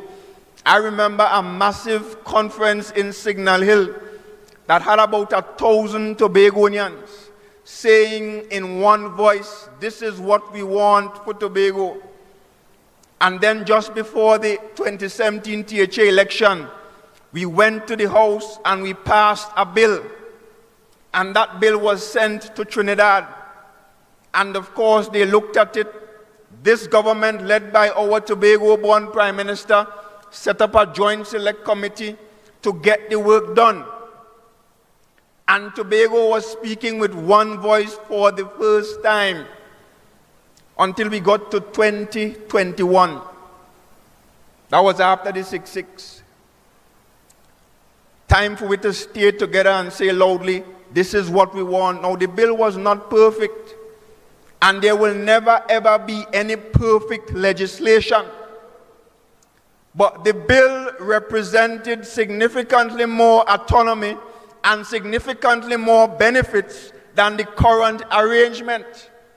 And I want to say to you that had that bill been passed, Farley would not be complaining about money now. They ship away 300 million. With that bill, they might have ship away 3 billion. Because that arrangement guaranteed that the THA would have gotten an additional $1.5 billion per year. So far, Tobago has lost about $3 billion over the last couple years that bill was not passed. In addition to that, we had the opportunity for the first time in the history of the Tobago House of Assembly to make laws for the good governance of Tobago. Now currently, there is an arrangement to make laws, but when you go to the THA and you pass your bill, guess what? You have to send it to the cabinet, and cabinet will determine if it goes to parliament.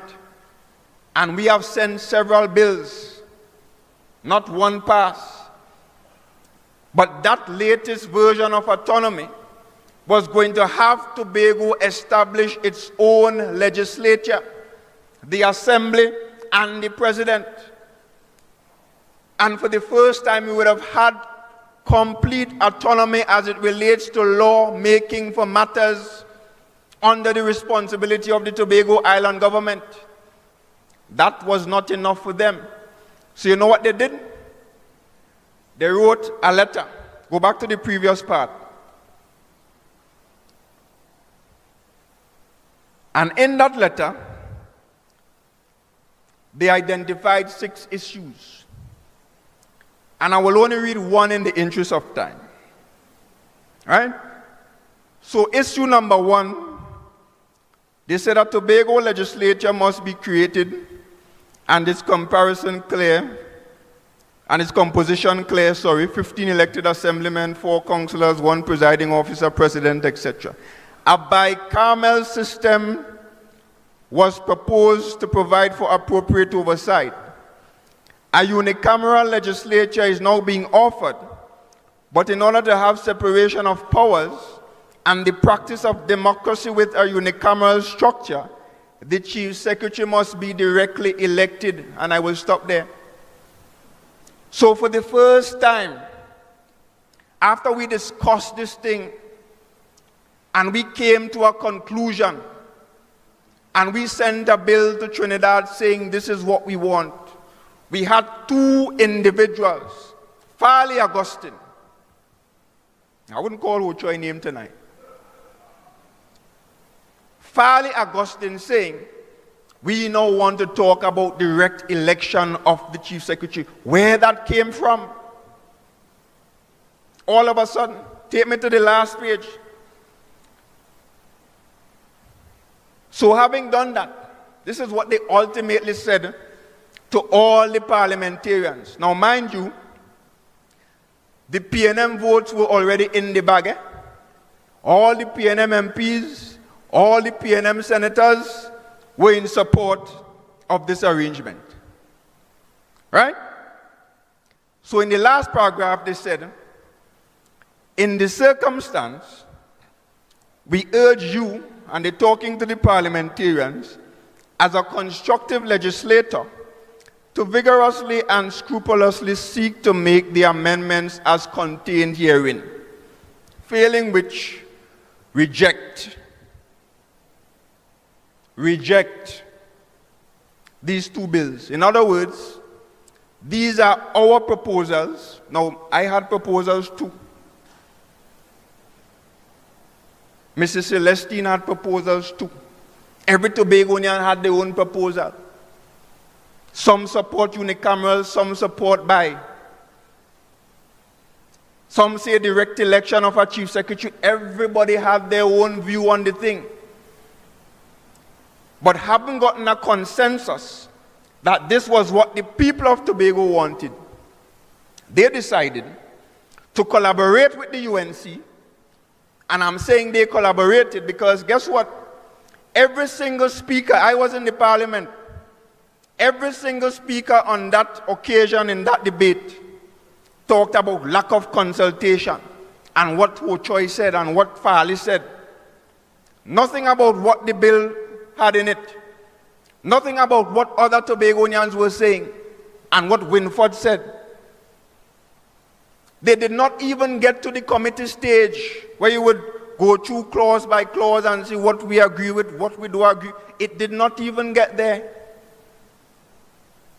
I think the opposition leader, who is hardly in the parliament, I was there. For the entire debate, she spent a total of half an hour in the parliament. For 2 days of debate, I think it was. And then went on the media and proceeded to tear up the bills. And that is why we don't have autonomy now. But you're in office now. You realize that you really could have done with some more money. And after you sabotage the process, you're coming now to talk about autonomy. And I want to remind the people of Tobago that we had a very good chance of getting more responsibilities, greater powers for the people of Tobago, greater self-determination, more fiscal resources to treat with the development of the island. But for that letter that gave the UNC exactly what they required to withhold support for the bills. And now Farley coming to talk about autonomy. Farley need to hush. Right? So very disingenuous. And of course, in closing, they are also about destruction, total destruction of lives and livelihoods here in Tobago.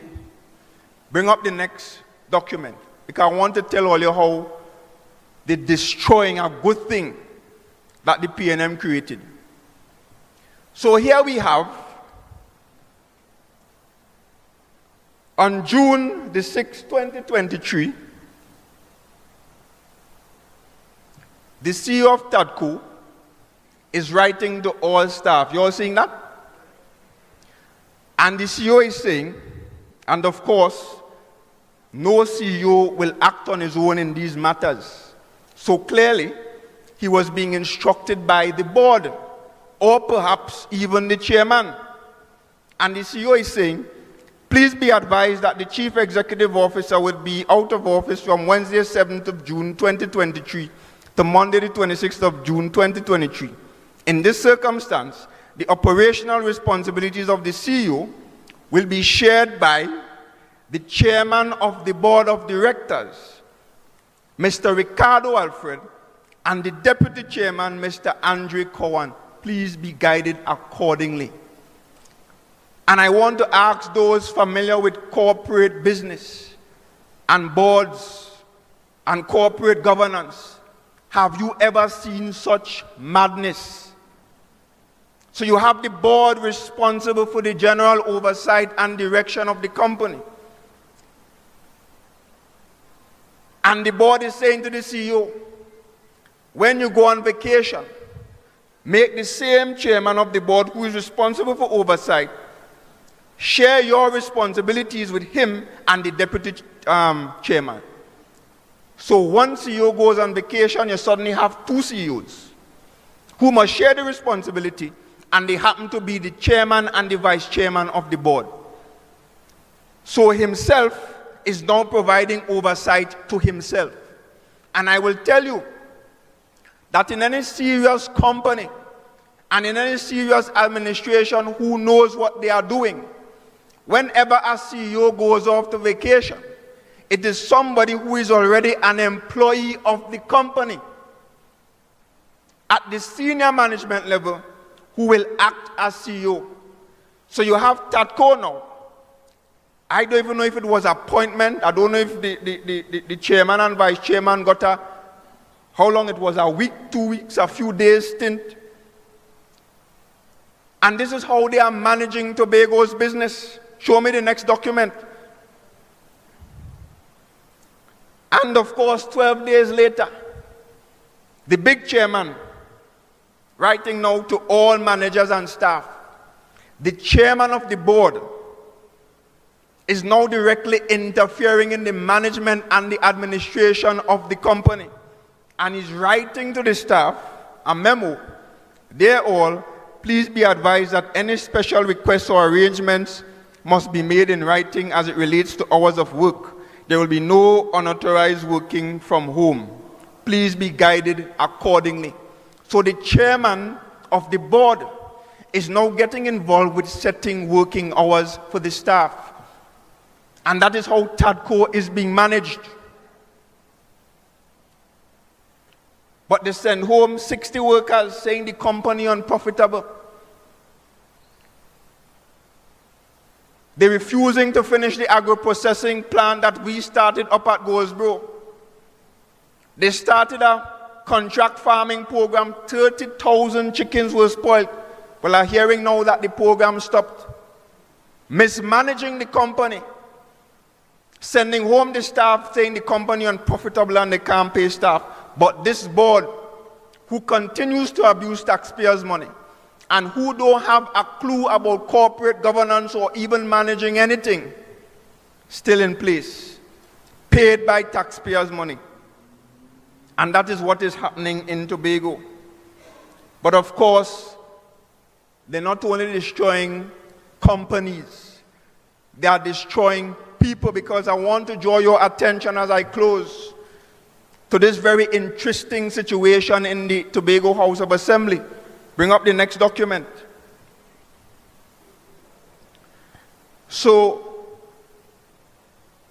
in the Tobago House of Assembly, and I'm sure in the government as well, you have a number of contract employees, and contract renewal will be required from time to time. So you had in the Tobago House of Assembly a young man employed for 13 years in the THA, looking forward to his contract being renewed. In that document, if you read it, you will see the administrator having received a recommendation from the head of HR, minutes the secretary of the division, asking to re-engage the guy on a 3-year contract. I want you all to listen to me carefully, because this is the crux of the matter. On a 3-year contract, which according to the THA's policy is the standard 3-year contracts. Next page. And this is what I'm going to read for you all, because this is the response from the secretary of the division, Faith B. Israel, and pay attention to the dates. The secretary is saying, secretarial approval was sought to grant contract employment, and I do have to call the name, you're seeing it, for a period of May 16, 2022 to May 15, 2025. That is 3 years, right? So that is the standard. The administrator is not requesting anything unusual. Please note that approval is granted for the employment of the individual on contract for the period May 16, 2022 to July 15, 2023. Now let me explain something to you all. Note that the date of the minute, the date the secretary is writing here, is the 7th of the 6th month, 2023. So of course the guy assumed duties, resumed working for almost a year already. As a matter of fact, just about a year, with the expectation that his contract will be renewed. By the time all the paperwork was done, and by the time the thing finally reached the secretary's desk for approval, the secretary is saying effectively, right, because the date was the 7th of the 6th, take 1 more month. You all understand what's going on here? Take 1 more month, because I'm writing on the 7th of the 6th, and I'm saying that you must go home by the following month, July 15th. So a 1-year contract, a 3-year contract, by the stroke of a pen, turned into a contract of not even exactly a year, but 1 year and 2 months. That is what is happening in the Tobago House of Assembly. That is why I played the voice note earlier.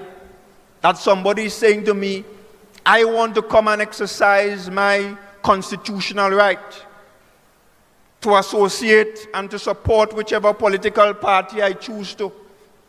But afraid, because they're looking to see who in meetings. They're looking to see who are the PNM people in the divisions. And this is what the secretaries are doing to them. And this is not the only case. On this occasion, a whistleblower just happened to say, this ain't right. And took out a picture and sent it to me. And said, this is what's going on in the THA. So anybody in the THA, and you may feel that it happened to this guy and it can't happen to you. But I want to warn all THA contract employees. This can happen to anybody. Because I'm aware that Ian Pollard, calling names confidently, have some files for contract renewals on his desk that the administrator recommended for renewal. And he have them on his desk sitting there for months and not signing on them. Because they want to bust your throat and send you home so that they could bring in who they consider to be their people. And I'm saying to you that the PNM never operated in that way. For the first time, people in Tobago cannot freely associate with political parties, cannot freely express their opinions, cannot freely talk in a meeting. One secretary in one division, a young lady on a board, opened her mouth and made a recommendation to the secretary. By the next day, she was off the board. And that is who we have in Tobago leading the charge, leading this island. But I want to say to all of you supporters gathered here, and of course your presence here signals that you don't afraid them. And in some cases, some of you may not be in a position where you depend on the Tobago House of Assembly or you depend on them for your bread and butter. Because they talked about bread and butter issues when they were campaigning. But here they are taking the bread and taking the butter. And all people have to go with is the bread bag and the butter container. While they are enjoying ham, lamb, and jam, flying on private jets, if you please. And I wouldn't talk about the private jet, I run out of time. But all I will tell you is that it was not the first time that secretary flew via private jet.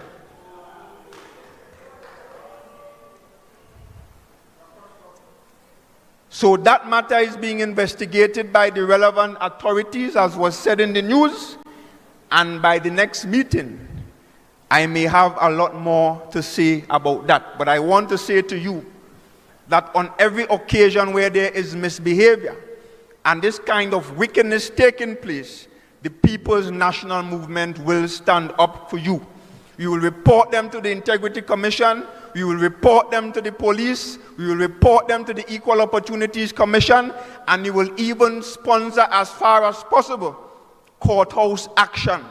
Because they must understand that while they feel they could sit in their high offices and do Tobagonians as they please, there is a place called the courthouse. And while sometimes it might move slow, as a lawyer said to another lawyer representing some THA workers who were dismissed, the THA lawyer said to the workers' lawyer, see you in 2 years.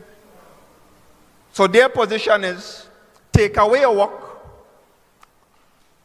cut your livelihood, because they know, one, the money to pay you not coming out your pocket because you're going to take them to court and win it. This guy is going to go to court and win. The CPEP workers, the URP workers, the TADCO workers, they are going to go to court and they will win in the industrial court. But they know the money not coming out of their pockets, and they're hoping that the matter will not be heard in time for the next election. So I'm saying to all of us, now it's time to fight back. We are at the halfway point, 24 months to go, I understand that some of you are fearful, but guess what? Hiding will not make a difference. Because whether you hide or not, they have already branded some of you as either PNM, and you don't even have to be PNM. You just have to not smile with them when the day comes. And we must not sit and continue to allow that to happen. So we will prepare our plans for Tobago. We will prepare our troops. Because of course you always say, great is the PNM. But this time around we must truly demonstrate our greatness by returning to office in 24 months or less and restoring dignity and good governance and rescuing the people of Tobago and this island that we all love.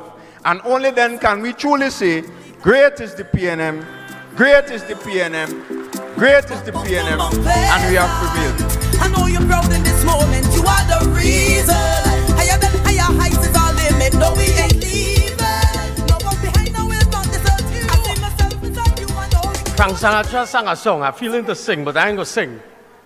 He sang, come fly with me, let's fly away. And some secretaries just love the habit of flying, but we gonna wait for that information politically, that we will wait for it. Brothers and sisters, I'm not going to delay us any longer. You know, I have no bones in saying, and I'm not going to apologize for saying, that this current Prime Minister has done more for Tobago than any other. And if I want to combine what all of the other Prime Ministers have done, Dr. Keith Rowley has surpassed what he has done for Tobago. Long time. They want us to hate the man, but we can't hate him. They want us to say that he's not nice, but he's nice. The man from Mason Hall, I almost say my friend, as my boss, the Tobago boy, the Mason Hall boy. Brothers and sisters, put your hands together, rise to your feet as we welcome to the podium the Honorable Dr. Keith Christopher Rowley, the Prime Minister of the Republic of Trinidad and Tobago. Somebody touch me, somebody touch me, somebody touch my soul. Yeah. Somebody touch me, pray to me, Jesus. Somebody touch my soul. Somebody touch me, somebody touch me, somebody touch my soul. Who, me? While I was praying, pray to me, Jesus. Somebody. Thank you very much, Senator Hislop.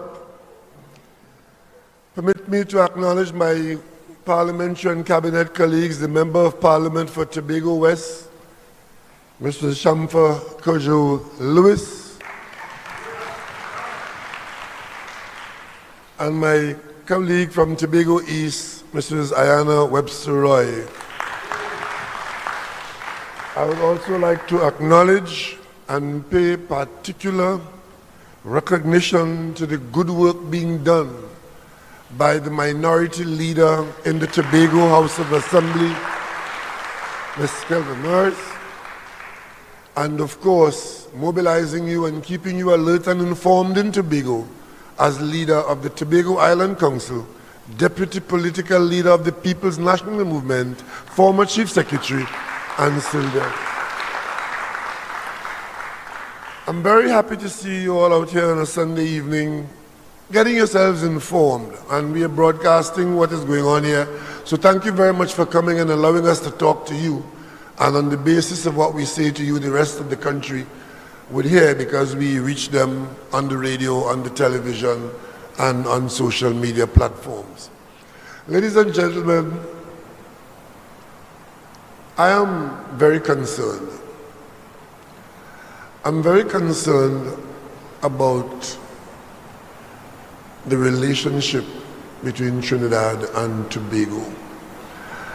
As Prime Minister of Trinidad and Tobago, I took an oath of office to be responsible for the affairs of all the people of Trinidad and Tobago. And before that, of that oath was taken, I want to just introduce myself to you all, because I'm astounded that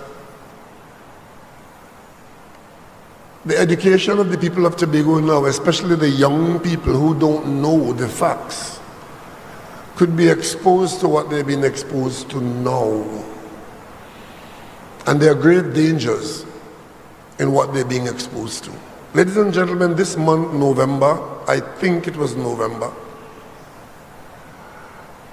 would allow me to say that I have been in public life for 42 years.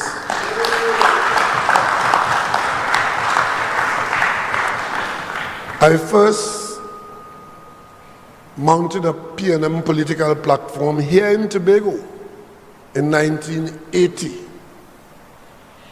I contested a general election in Tobago in 1981. And I lost to a fellow called James O'Geese. I don't know how many of you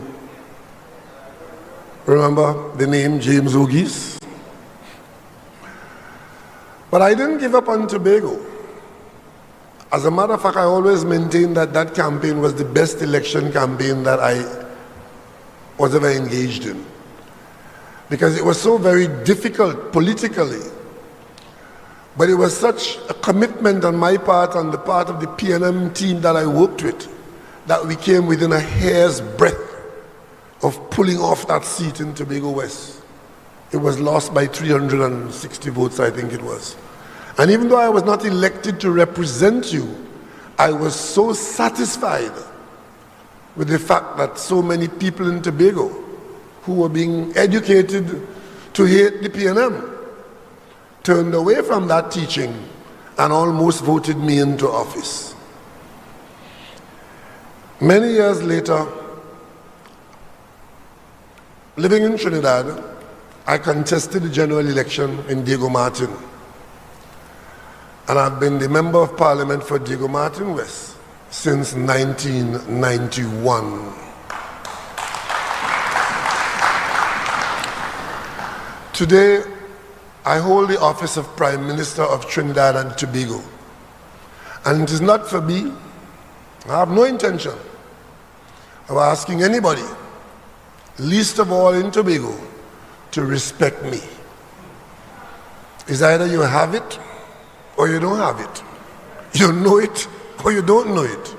But the one thing you're not going to get from me is any fight with any office holder in Tobago over respect, any fight with any office holder in Tobago over truth, and any fight with any office holder in Tobago over office. Because the cabinet that I lead, those two ladies there will tell you that I tell them over and over and over, do not fall in love with office. Very important. Because it is when you fall in love with office that you can behave in a particular kind of way because you believe that you are entitled to office. Ladies and gentlemen, I met many of you in 2021 when I briefly took part in your campaign. Because as Prime Minister, I make it very, very clear that I do not interfere in the affairs of the operations of the Tobago House of Assembly. I've been around too long. As Chalkless would say, I'm in town too long to know that that is not what the Prime Minister is supposed to do. But I took an oath of office, and assuming the assignment of Prime Minister to be responsible for the affairs of the people of Trinidad and Tobago. And in Tobago, there's an executive body which gets a fair amount of money, has significant legal authority, and they have support from a public service that they are responsible at a different level for the affairs of the people of Tobago. The Tobago House of Assembly exists. There are people in there, they call themselves or they are identified in the law as secretaries, and they have serious responsibilities. But at the same time, The Prime Minister of Trinidad and Tobago has significant responsibilities for the people of Tobago in the office of the Prime Minister. So when you hear people from the Tobago House of Assembly telling the central government to stay out of Tobago and telling the Prime Minister to don't get involved in Tobago affairs, what they're asking you to do is to breach your oath of office. And I have no intention of breaching my oath of office. None whatsoever. And I have every intention of ensuring that the people of Tobago get everything that the Parliament says that the people of Tobago should get. And the policy of the PLM government in Trinidad and Tobago is that as we develop the nation, develop the country, that we try to leave no one behind, whether you're in Karapichaima, whether you're in Carinage, whether you're in Charlottesville, whether you're anywhere in this country, we are not going to run the country with a policy to leave you behind. So when you hear upstarts in Tobago talking about central government, this and central government, that and central government, the other, half of them or three-quarters of them or 90% of them don't know what they are talking about.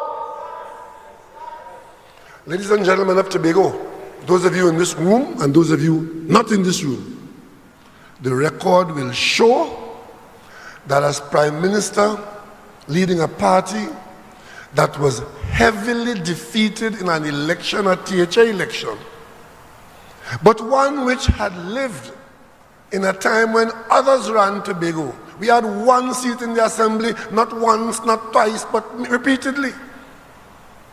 But we kept faith with the people of Tobago that we are here for your benefit whenever you need us, as we are here tonight for the benefit of the people of Tobago whenever you need the PNM, and you will need the PNM sometime in the not too distant future.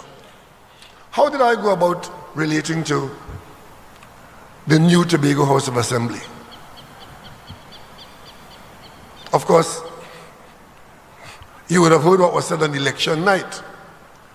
But that was just so much exuberance on the part of people who have found themselves where they never expected to be. But the Prime Minister of Trinidad and Tobago, as I was and I am, I had a responsibility to the people of Tobago. And I went to the swearing in. In fact, before that, when you all voted in the 6-6, I came here as Prime Minister and I called all of them together at Magdalena. And I tried to ask them to see if they could find a way to work together. You remember that story? I chaired the meeting.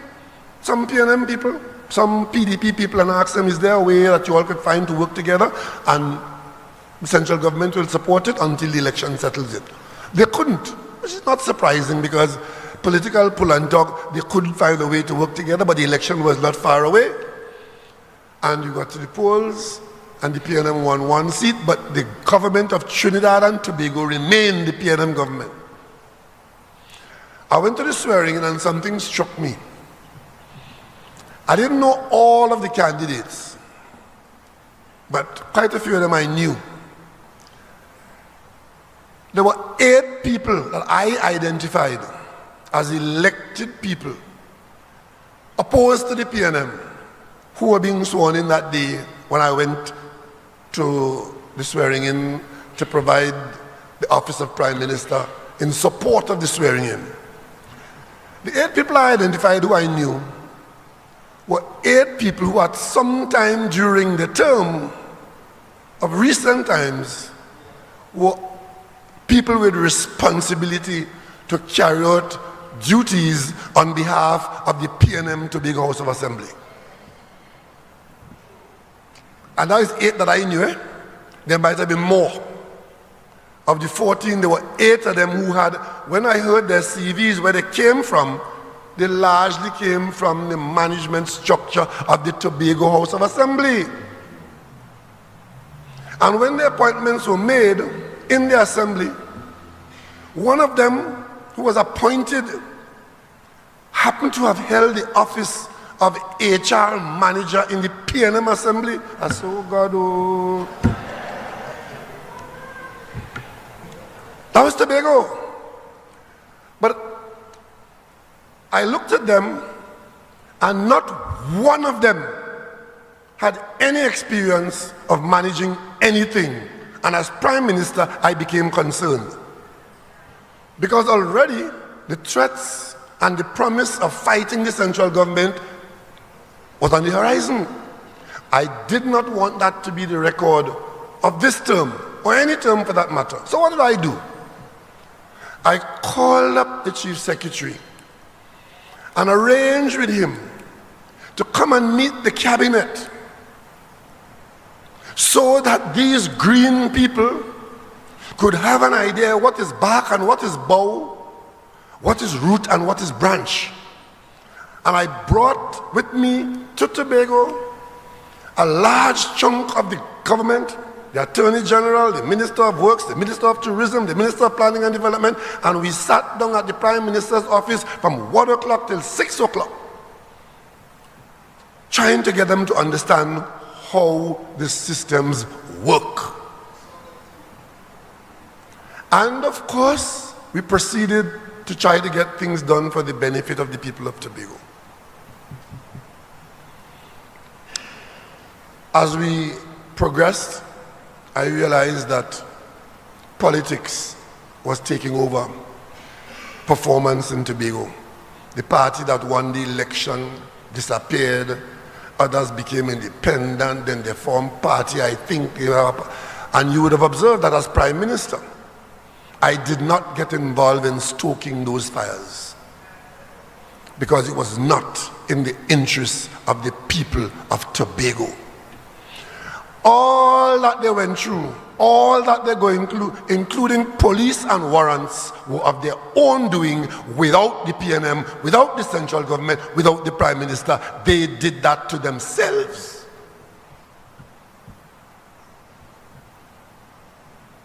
And then, across the water, I see a need to come back again and do something that would give the people of Tobago the best chance to succeed in that environment. So I called up the Chief Secretary. I asked him to come and sit with me. He came, and we sat for 1 hour and 45 minutes at the Prime Minister's residence here in Tobago. You know what we were talking about? I was talking to him about a development plan for Tobago. Because Tobago has to have a development plan of some kind if the managers are going to function against some kind of background of what do you do with your time, what do you do with your money, what do you do with your ideas, what are the people of Tobago going to look forward to?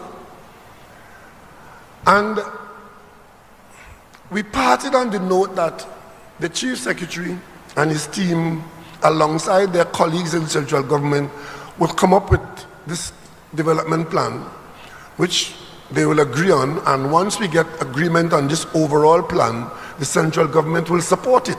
So then it doesn't matter who is in office or who is out of office, it's just a question of performance now, because the development plan will be clear to all of us for Tobago. And we parted on that note as office holders in Trinidad and Tobago.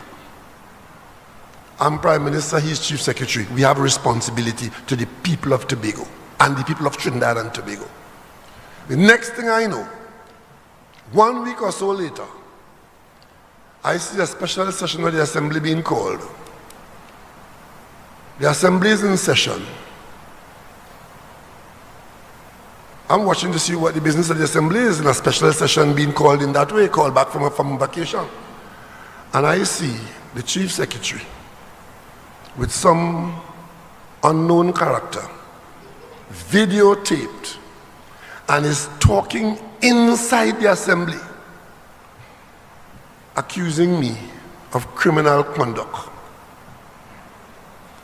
Criminal conduct in conspiring with the Commissioner of Police, my lawyer, and the leader of the PNM in Tobago to undermine the administration of the Tobago House of Assembly. This evening I'll say, fellow party members, and for those of you outside who are party supporters, just Tobagoans in general, that matter is now in the court.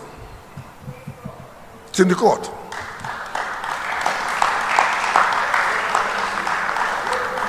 But I could tell you I'm still in shock. I am still in shock. Because I never expected that. But ladies and gentlemen, it doesn't end there. Having created that scenario, because understand something, this wasn't a Tobago incident. That was the world being told by instant communication that in Trinidad and Tobago, you have a prime minister and a commissioner of police and a senior counsel and a leader of a party who just came out as former chief secretary who will engage in what they are in fact accusing the PNM of. And you have to ask yourself, what causing that? And it's simple.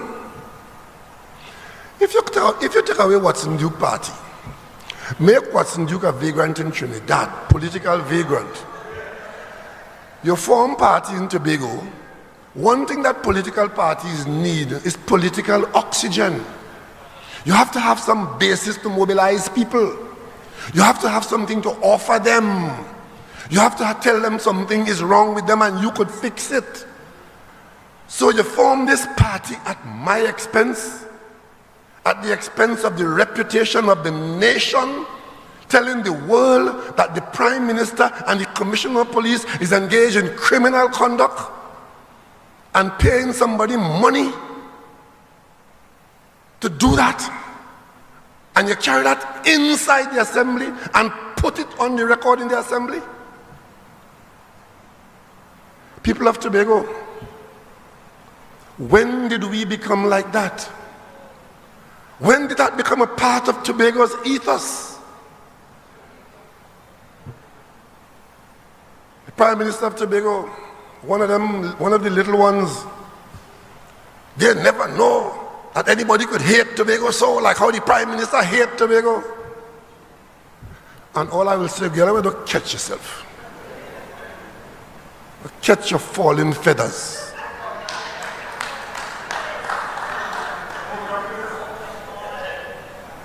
But these are your managers.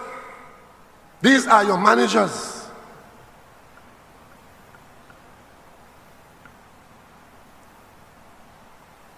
I could tell you all now.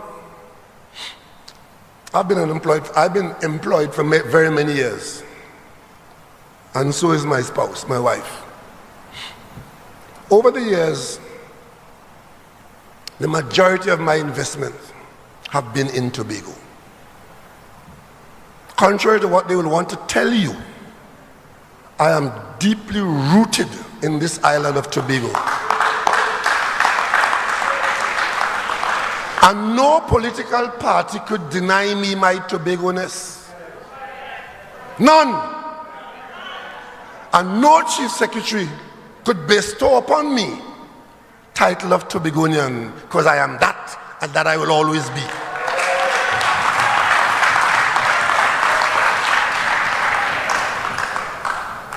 When I was able to, I built my house in Mason Hall. I live in Mason Hall. I'm probably in Tobago more often than most of them because they can't smell gasoline in the airport, they ain't got on the plane. I have my house in Mason Hall.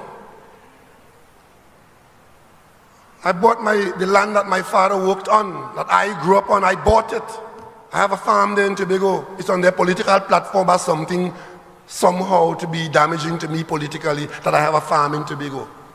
I love farming, I love to sweat in Tobago, and I sweat in Alma.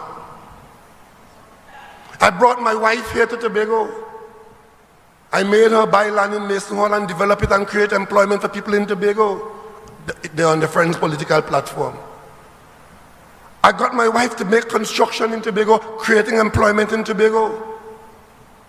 Wait, Mark, somebody sent here a picture of some building in Mason Hall and Rowley got to explain that. Of course Rowley got to explain that. It's my money, I could explain it. What about yours?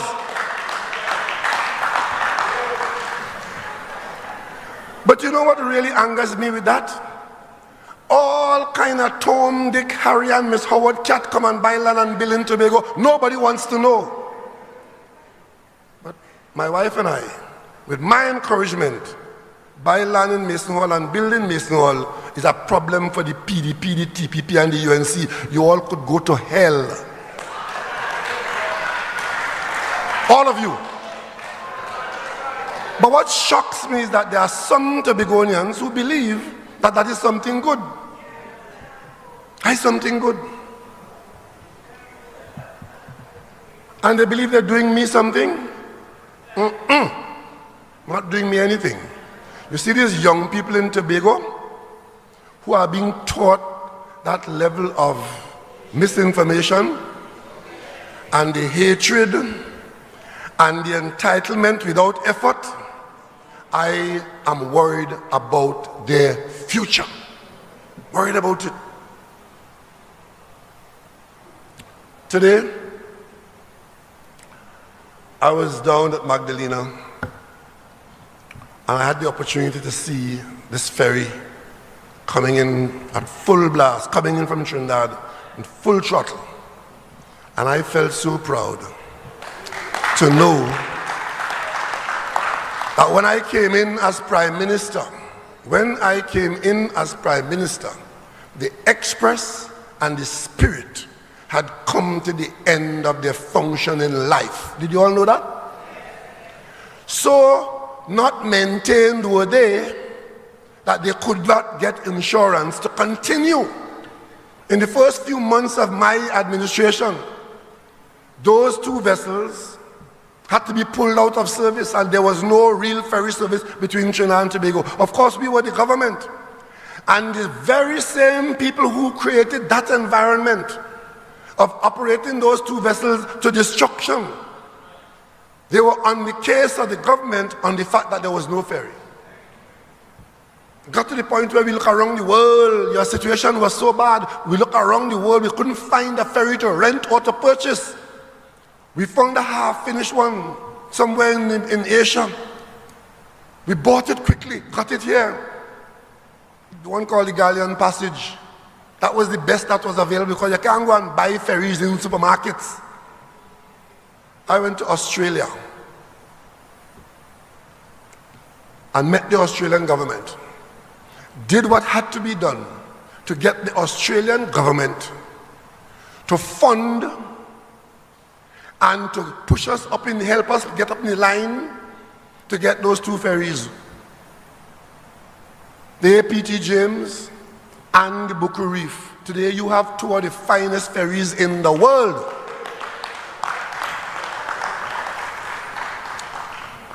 You know what the partners of the PDP and the TPP and the PPP and all them did? You know what they did in that situation? When we announced that the Australian government, at the initiative of the Trinidad and Tobago government asking for help from Australia, you know what the friends in Trinidad did? They wrote the opposition in Australia and asked them to block it. Of course, the Australians didn't bother with them. The opposition in Australia didn't bother with them. They then wrote the Attorney General in Australia, giving the impression that there was some kind of corruption between the Prime Minister of Trinidad and Tobago and the Australian Prime Minister, Malcolm Turnbull, and asked the Attorney General to intervene. He replied to them, telling them, well, if you have that kind of information, take it to the Australian police. That was the end of that. All of that was to prevent you from getting those two ferries. But those are the bedmates of the politicians in Tobago who are anti-PNM. The very said people who are blocking you from getting. When it was mentioned that we were building a small hospital in Roxborough, there were people saying to me in the parliament, we shouldn't do that because they don't have that in their constituency. I had to tell them, Tobago is not a constituency like yours. Tobago is the people of Trinidad and Tobago, and there's no country called Tobago and Pinalo, Tobago and Carnage. It's called Trinidad and Tobago. You heard from the Member of Parliament for Tobago East. how women of the East now have the respect they deserve and the service they deserve from the hospital that was built in Roxborough.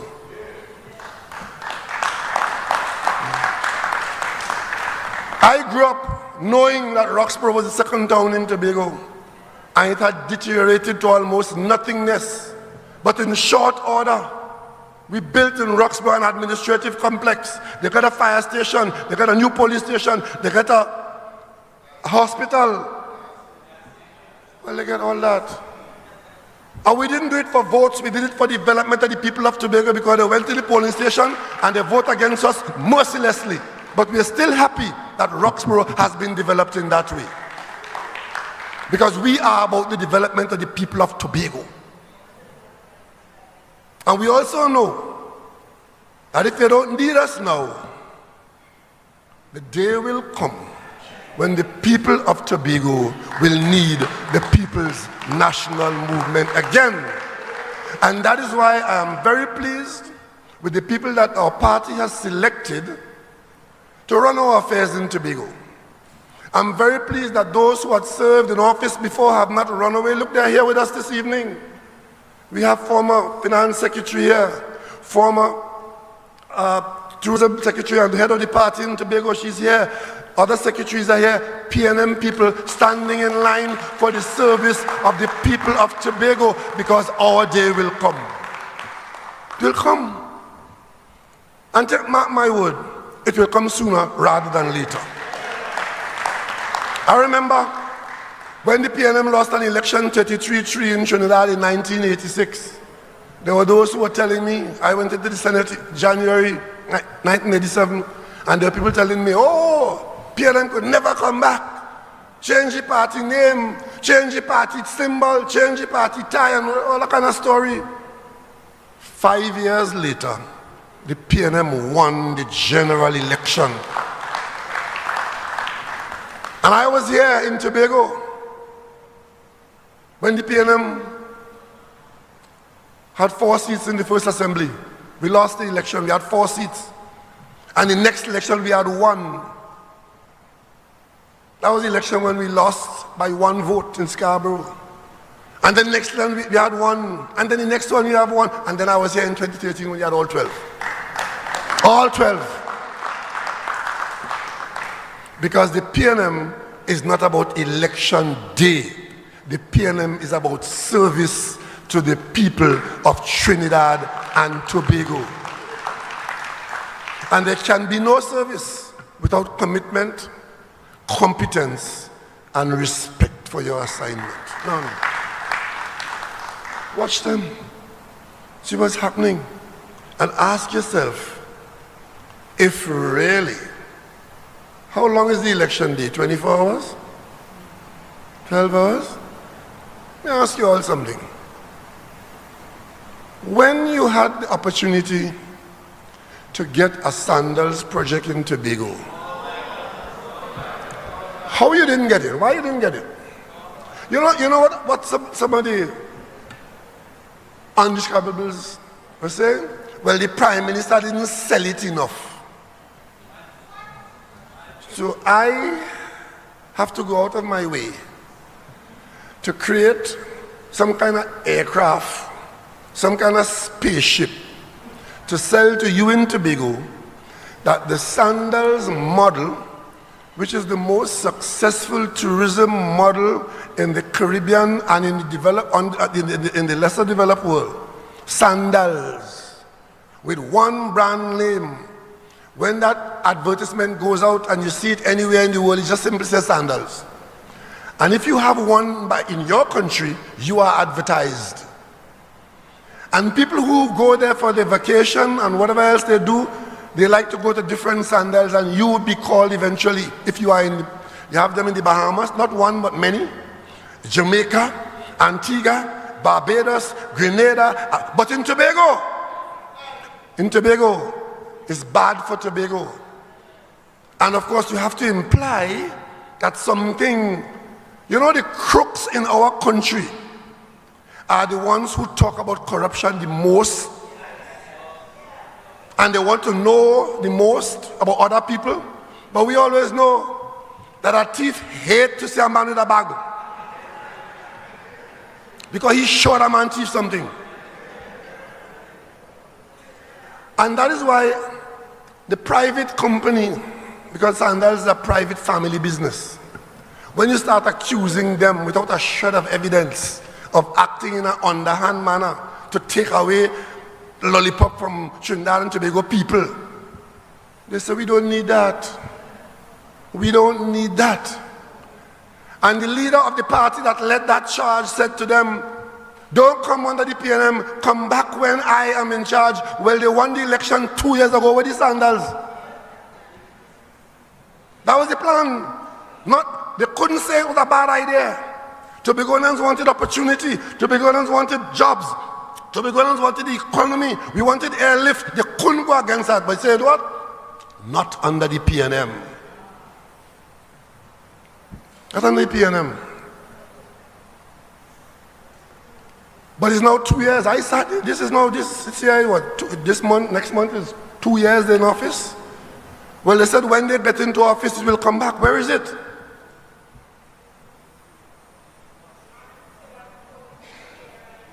But I'm putting you all on notice now. While the courthouse matter going on, and the teaching in Tobago, the bile and the hatred is being spilled out every night or every week whenever they go out and talk to Tobagonians. I received on my desk at Whitehall last week, or today is Sunday, last week, about 10 to 15 pounds of documents produced by the Tobago House of Assembly in Tobago, a development plan for Scarborough.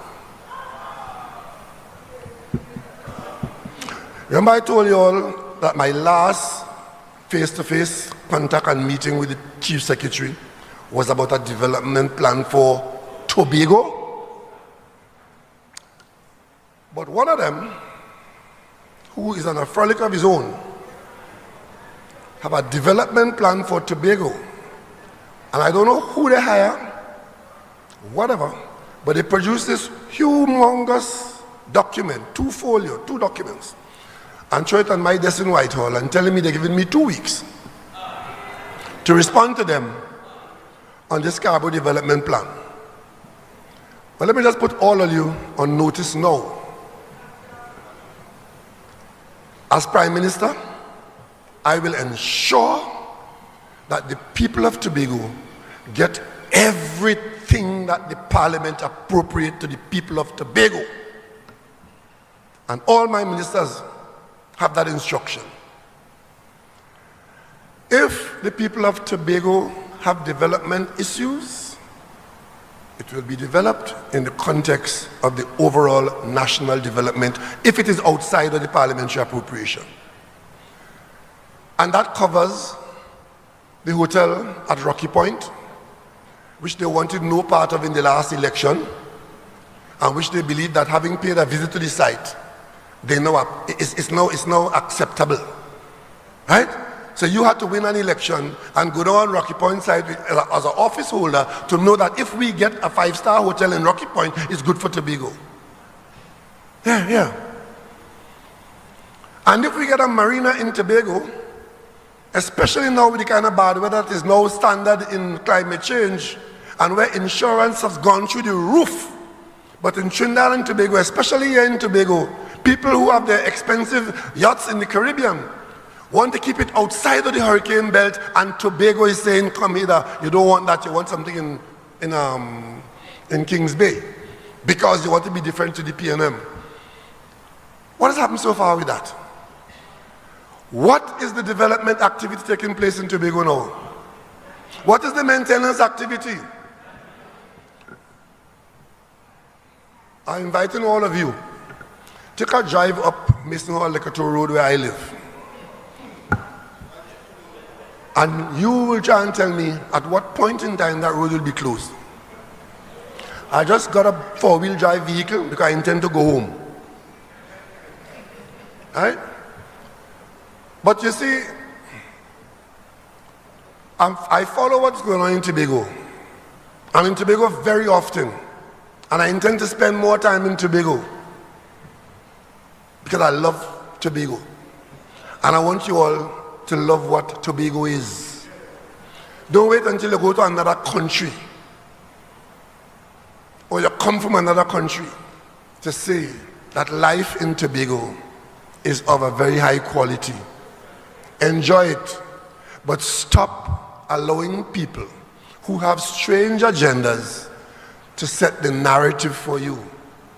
I'm listening to these meetings that take place out in communities.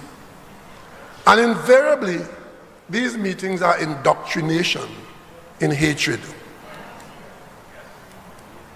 A lot of lies, but you're asking people to hate other people because those other people are supposed to be against you.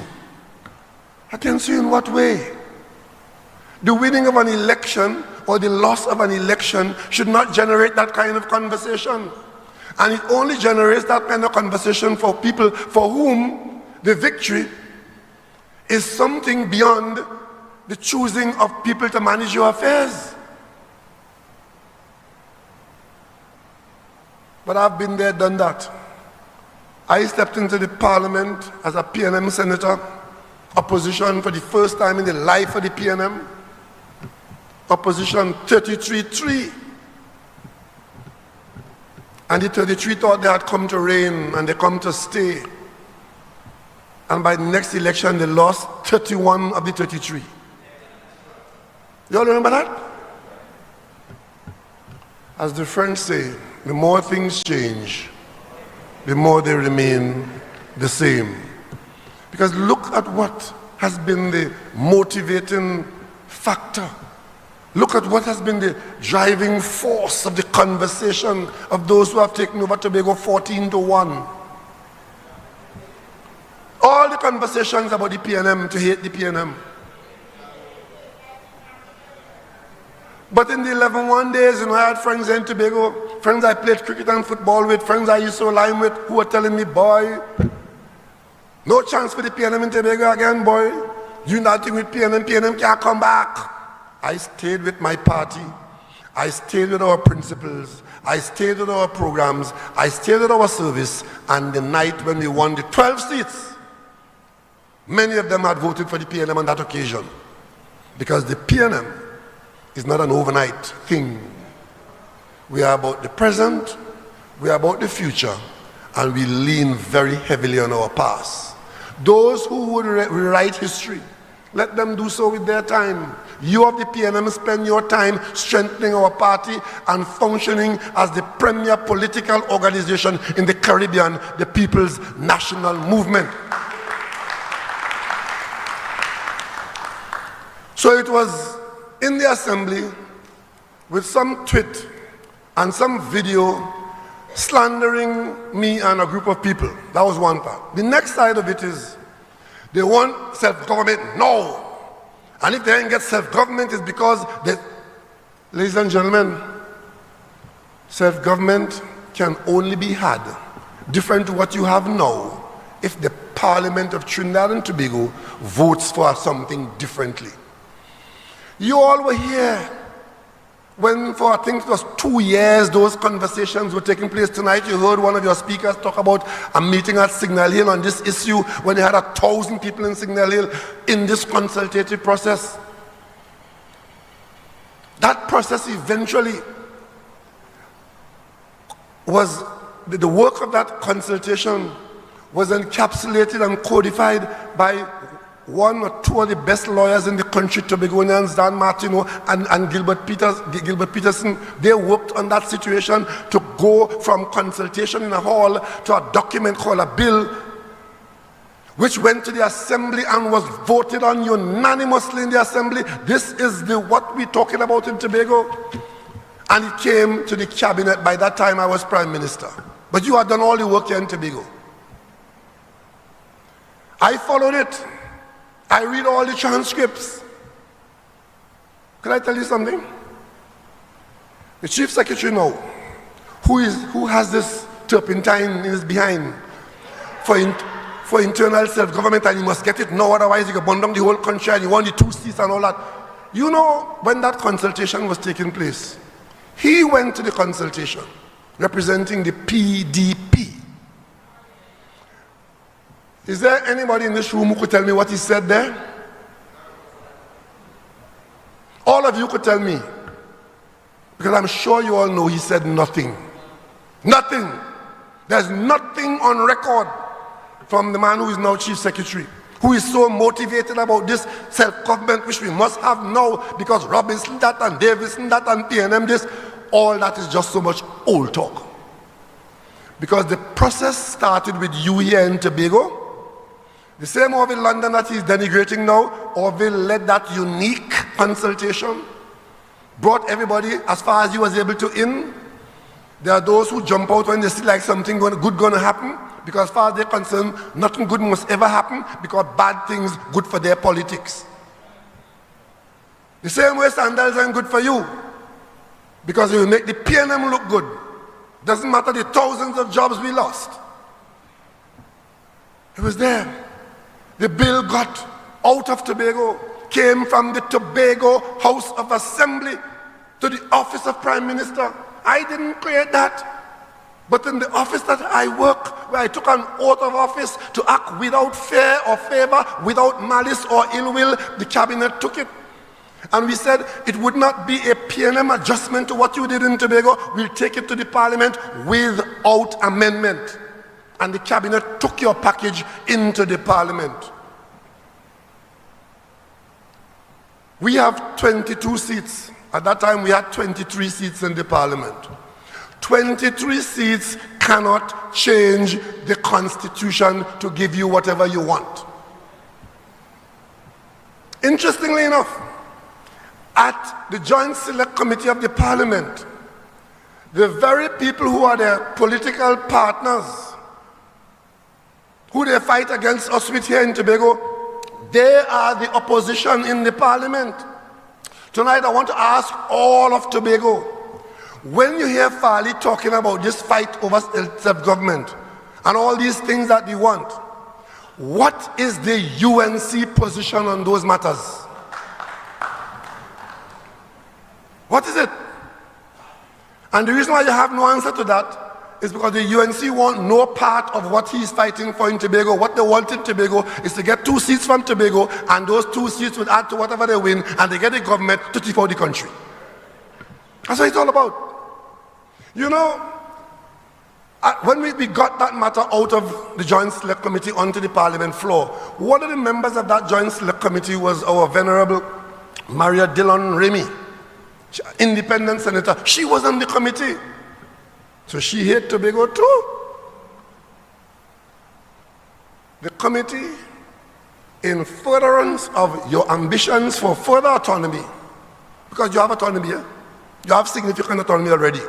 In furtherance of additional and broader autonomy, the Joint Select Committee, the PNM and the independents said yes. And as fate would have it, an election was due in Tobago. And the consultation, the closing consultations took place in Tobago in about the same time as the election was due. So you had the opportunity in Tobago to treat it as an issue. And that issue was before the people of Tobago. Those 2 bills. And you heard tonight about a letter that suddenly appeared. Imagine we are going through this consultation process. You're there, you ain't saying nothing because maybe you don't even understand what's going on. Bills are crafted in Tobago by senior lawyers advancing your interests. Bills get to the cabinet. You have access to the Prime Minister. You have access to ministers. You have access to the 2 Tobago MPs. The Joint Select Committee is on the floor in the Parliament. Debate taking place. When we are in the committee stage, after the debate has ended, you produce a letter. To who? To legislators. The debate is over, eh? Because in the Parliament there is structure. When you are in committee, you can't be debating in committee. Committee is when you have the bill in front of you and you're going through it line by line to make sure that the law and what you want to do is what is in the law and so on and so on. But the actual debate ended. And then you get a letter from Chief Secretary Farley Augustine and Ho Choi Charles There used to be a TV program called The Odd Couple. Both of them signed this letter. But what struck me as odd about the letter is that item number 1 on the letter, they wanted a 15-member elected assembly. Or you remember the assembly used to be 12 people? The letter that they wrote that came there into the parliament at the committee stage, item number 1 on that letter signed by Chief Secretary and Ho-Choi Charles was that one of the changes that they want, first change, was a 15-member elected assembly. That could have been done by the government with the government's majority. And what happened? We did it. You know what they said? The same people, that we do it for the PNM to try to win the election. That's what they were saying. Echoing the UNC's stupid talk. As if you get 15 seats, you can't win 12, you can win 15. Right? But that was the first demand, and that one could have been done. Right? We did it, went to the polls, they won 14. Good. One of the other items in that letter was a public service issue. They wanted control of the public service in Tobago as an assembly item, where there's a Tobago Service Commission. Those of you who are public servants in this room or outside of this room would know that the Public Service Commission of Trinidad and Tobago allows any or every citizen opportunity across the nation in every post. Once you are a public servant, when it's time for promotion or opportunity for advancement, you are not confined to what exists in Tobago only. You would know many of your family members or many of you yourselves would have gone on promotion to Trinidad and risen to the highest level by moving up in the public service. How come that public service disconnection from the rest of the country did not come up in the conversation when there was the consultation taking place? How come that didn't get into the bill that went to the Prime Minister, that went to the Parliament? How come we are now required to deal with that only in a letter that comes from Ho-Choi Charles and Fali Augustine? Something as important as that, which says that if you are in the public service in Tobago, the perimeter of your advancement is in Tobago. And if an opening exists in Trinidad for a better job in the system that you are in, well, you have locked yourself off in Tobago. Is that what Tobago wants? As far as I'm aware, I have not seen that coming from Tobagonians. I see it coming from Fali and Ho-Choi Charles. The next thing is, they want 8% of the national budget. Well, you know my union friends, right? I have a lot of friends in labor. You ain't negotiating, the percentage is a high side and a low side, and you negotiate to come to a point of agreement. The bill that was before you here in Tobago was offering 6.8%. Now, if you are at 4.0 whatever, and you want 8, and you get 6.8, how many fingers you grabbing that with? But I want to ask the question again. Did their UNC friends agree to 8% of the national budget? Will the UNC, and I'm asking the UNC from here in Mason Hall in Tobago, will you agree to Tobago getting 8% of the national budget?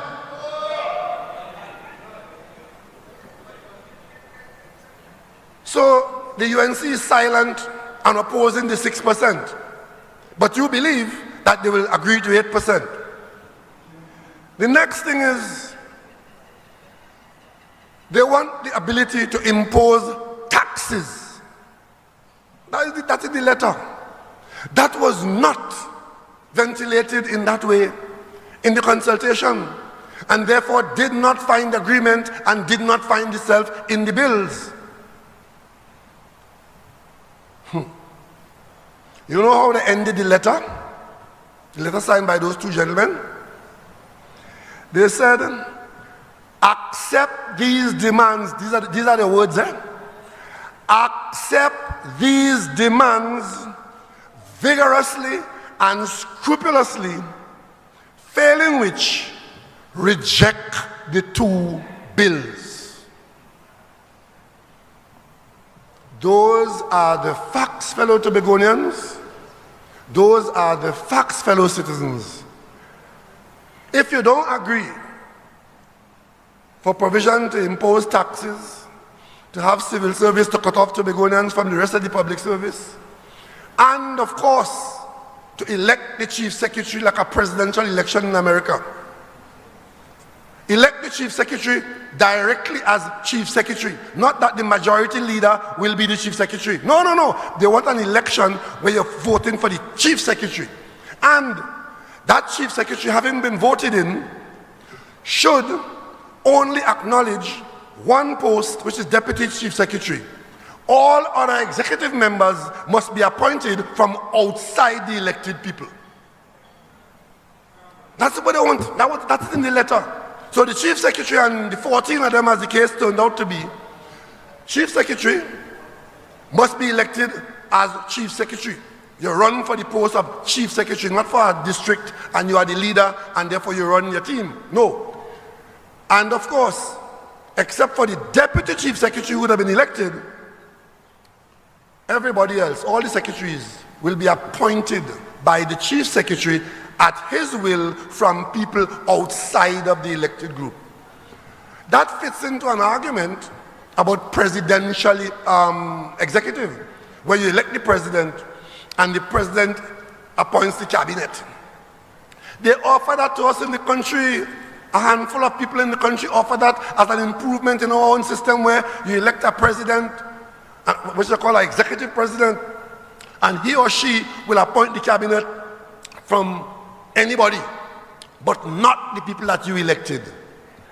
The people that you elected will deal with road and drain in their constituency as messengers and postmen, but the authority to do things, to spend money, to make policy will be done by people you didn't elect. That is what is in the letter. And that is the letter that tells us in the parliament on that day in June, when we were in committee, because I saw that letter while I was sitting in the committee. The debate was over. I took part in the debate.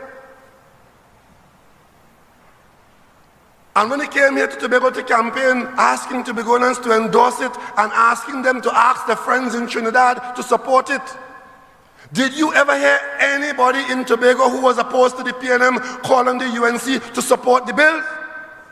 Because they themselves had said, dump the bills if you don't agree to those 3 or 4 things I just mentioned. And where did those things come from? They did not come from the consultation here in Tobago. It did not come from the people of Tobago. It came from the elected politicians who believe that they are wiser than you, the people. So you are a public servant in Tobago, and your career is in front of you. You're 25, you're 30, you're 40 years old. And you will see positions going in Trinidad and Tobago, and they might even be bringing in foreigners to fill it. Because a lot of Tobagonians fill a lot of positions on the national landscape in Trinidad and in Tobago. And if you people in Tobago are not careful, that is the bread that the devil is kneading, and you are going to eat it if you are not careful. So when you're talking about internal self-government as the do or die thing tonight or tomorrow, that is what they put before the parliament, separate and apart from the bills that came out of your consultation. And they know what the parliament's configuration is. Having called for it to be voted down and voting it down in Tobago, the bills are still on the parliament agenda, because I ensure that they remain there just in case a miracle occurs and they change their mind. but they wouldn't be there forever. They know the PNM has 22 seats. 22 seats cannot amend Section 75 of the Constitution. You need a two-thirds majority. And the way things are going, getting a two-thirds majority in our parliament is near impossible. Because now we have 23 seats, right? The UNC had 18. During that 5-year period, we spent a lot of time showing the country about the general misconduct and dishonesty of the UNC. Next election, they win one more seat. They get 19.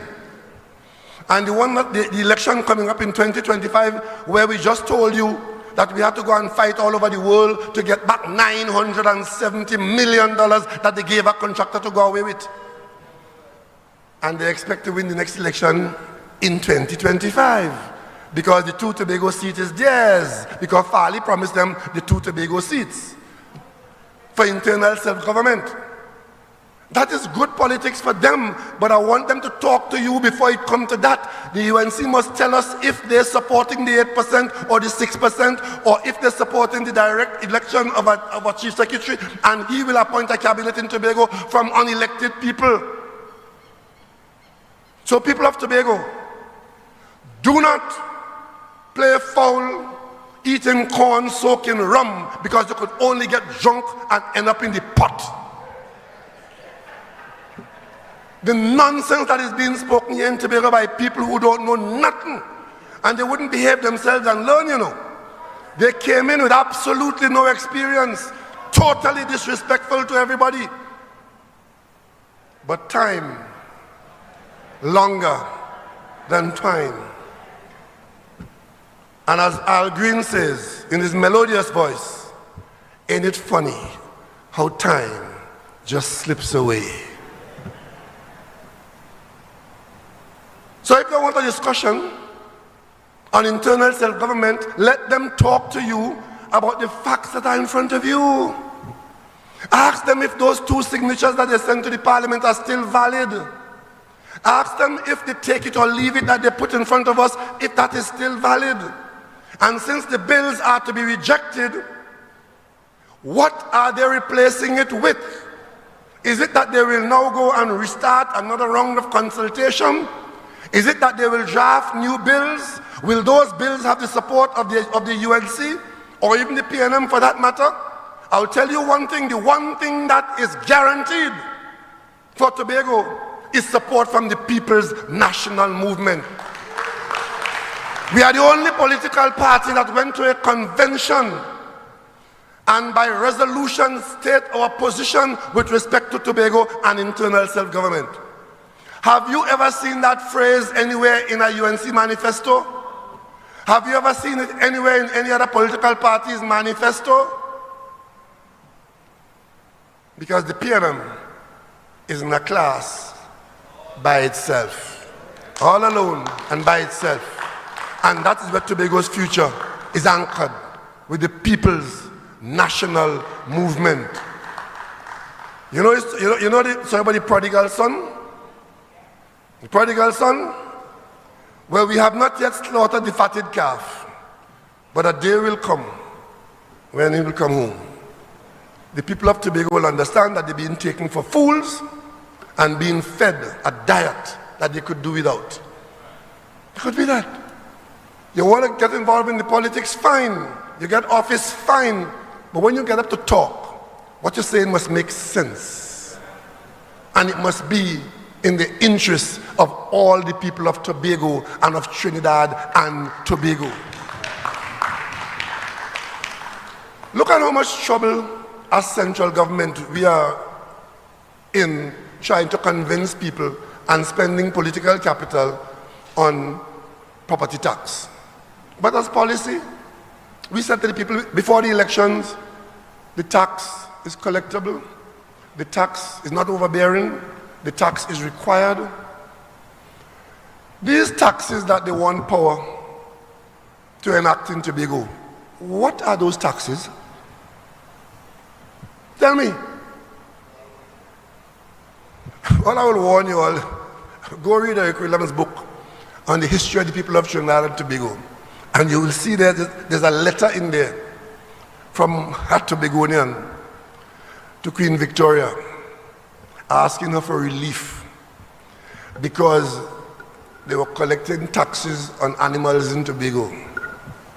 And they used to have to go and hide their animals in the bush to evade the taxes.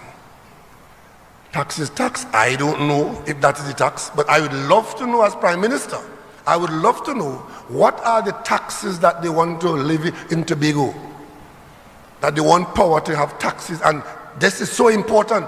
It is so important that if we ain't get it, we're going to burn down the town. Yeah? And we'll poison every chalice, poison every well in Tobago. And we want it by Christmas. That's what's going on. But this matter of what you do with the autonomy you have now is very important to you, the people of Tobago. I tell you one thing, as Prime Minister, I am not going to interfere with how the THA spends the money that the Parliament gives them, where they have the authority to prioritize. They have the authority to do that. And if they use that authority to take their development program, to bring contractors in from Trinidad and give them opportunity while they bankrupt Tobago contractors, that is for you, the people of Tobago, to deal with. That's not a Prime Minister problem. And if they could find money to do all kinds of nonsense, but they can't find money to pave a road in Tobago, to save a life anywhere in Tobago, there are some places in Tobago with some roads with all this traffic. When the traffic was lower, those roads were relatively safe. Now that there's this volume of traffic in Tobago, there are some parts of our roads, one that are very dangerous with cliffs, and other parts where they're parking on curves, buses reversing and police reversing too, you know, because they're parking all over Tobago. And it's only going to get worse and worse and worse. They need no autonomy, additional autonomy to fix those things. They have enough autonomy to do what the Chief Secretary says there, which is to victimize people and to spend money willy-nilly on priorities that suit them. But they don't have autonomy to do more with less. I could tell you, as head of the central government, that has been the creed of our management of the country's affair, doing more with less. And I hold that out, not only to the THA, but to the corporations in Trinidad and state enterprises in our country. So, ladies and gentlemen, we are in the Parliament where this matter resides. It takes votes in Parliament to change the Constitution. But careful who you give your vote to, because you don't know what they will do with it. In the meantime, I want to give you the assurance that I am getting involved in no bacchanal with anybody in Tobago. Not PNM, not PDP, no part of the alphabet. I come here for my health, for my leisure, for my entertainment, and to find my navel string. And for those who are obsessed with navel string, if they understand the significance of that, it's not the digging up of the navel string that matters, it's when it was buried. That you cannot change. Ladies and gentlemen, thank you for your attention. Pay attention to what is happening in Tobago. Use your head. You're big and you have sense. Great is the PNM. Great is the PNM. Great is the PNM, and we shall prevail.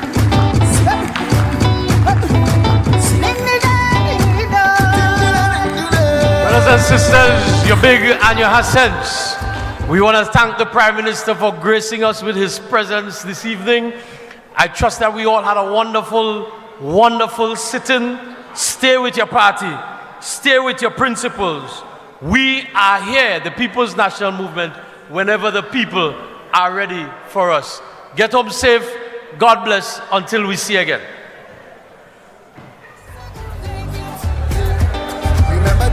I'm toting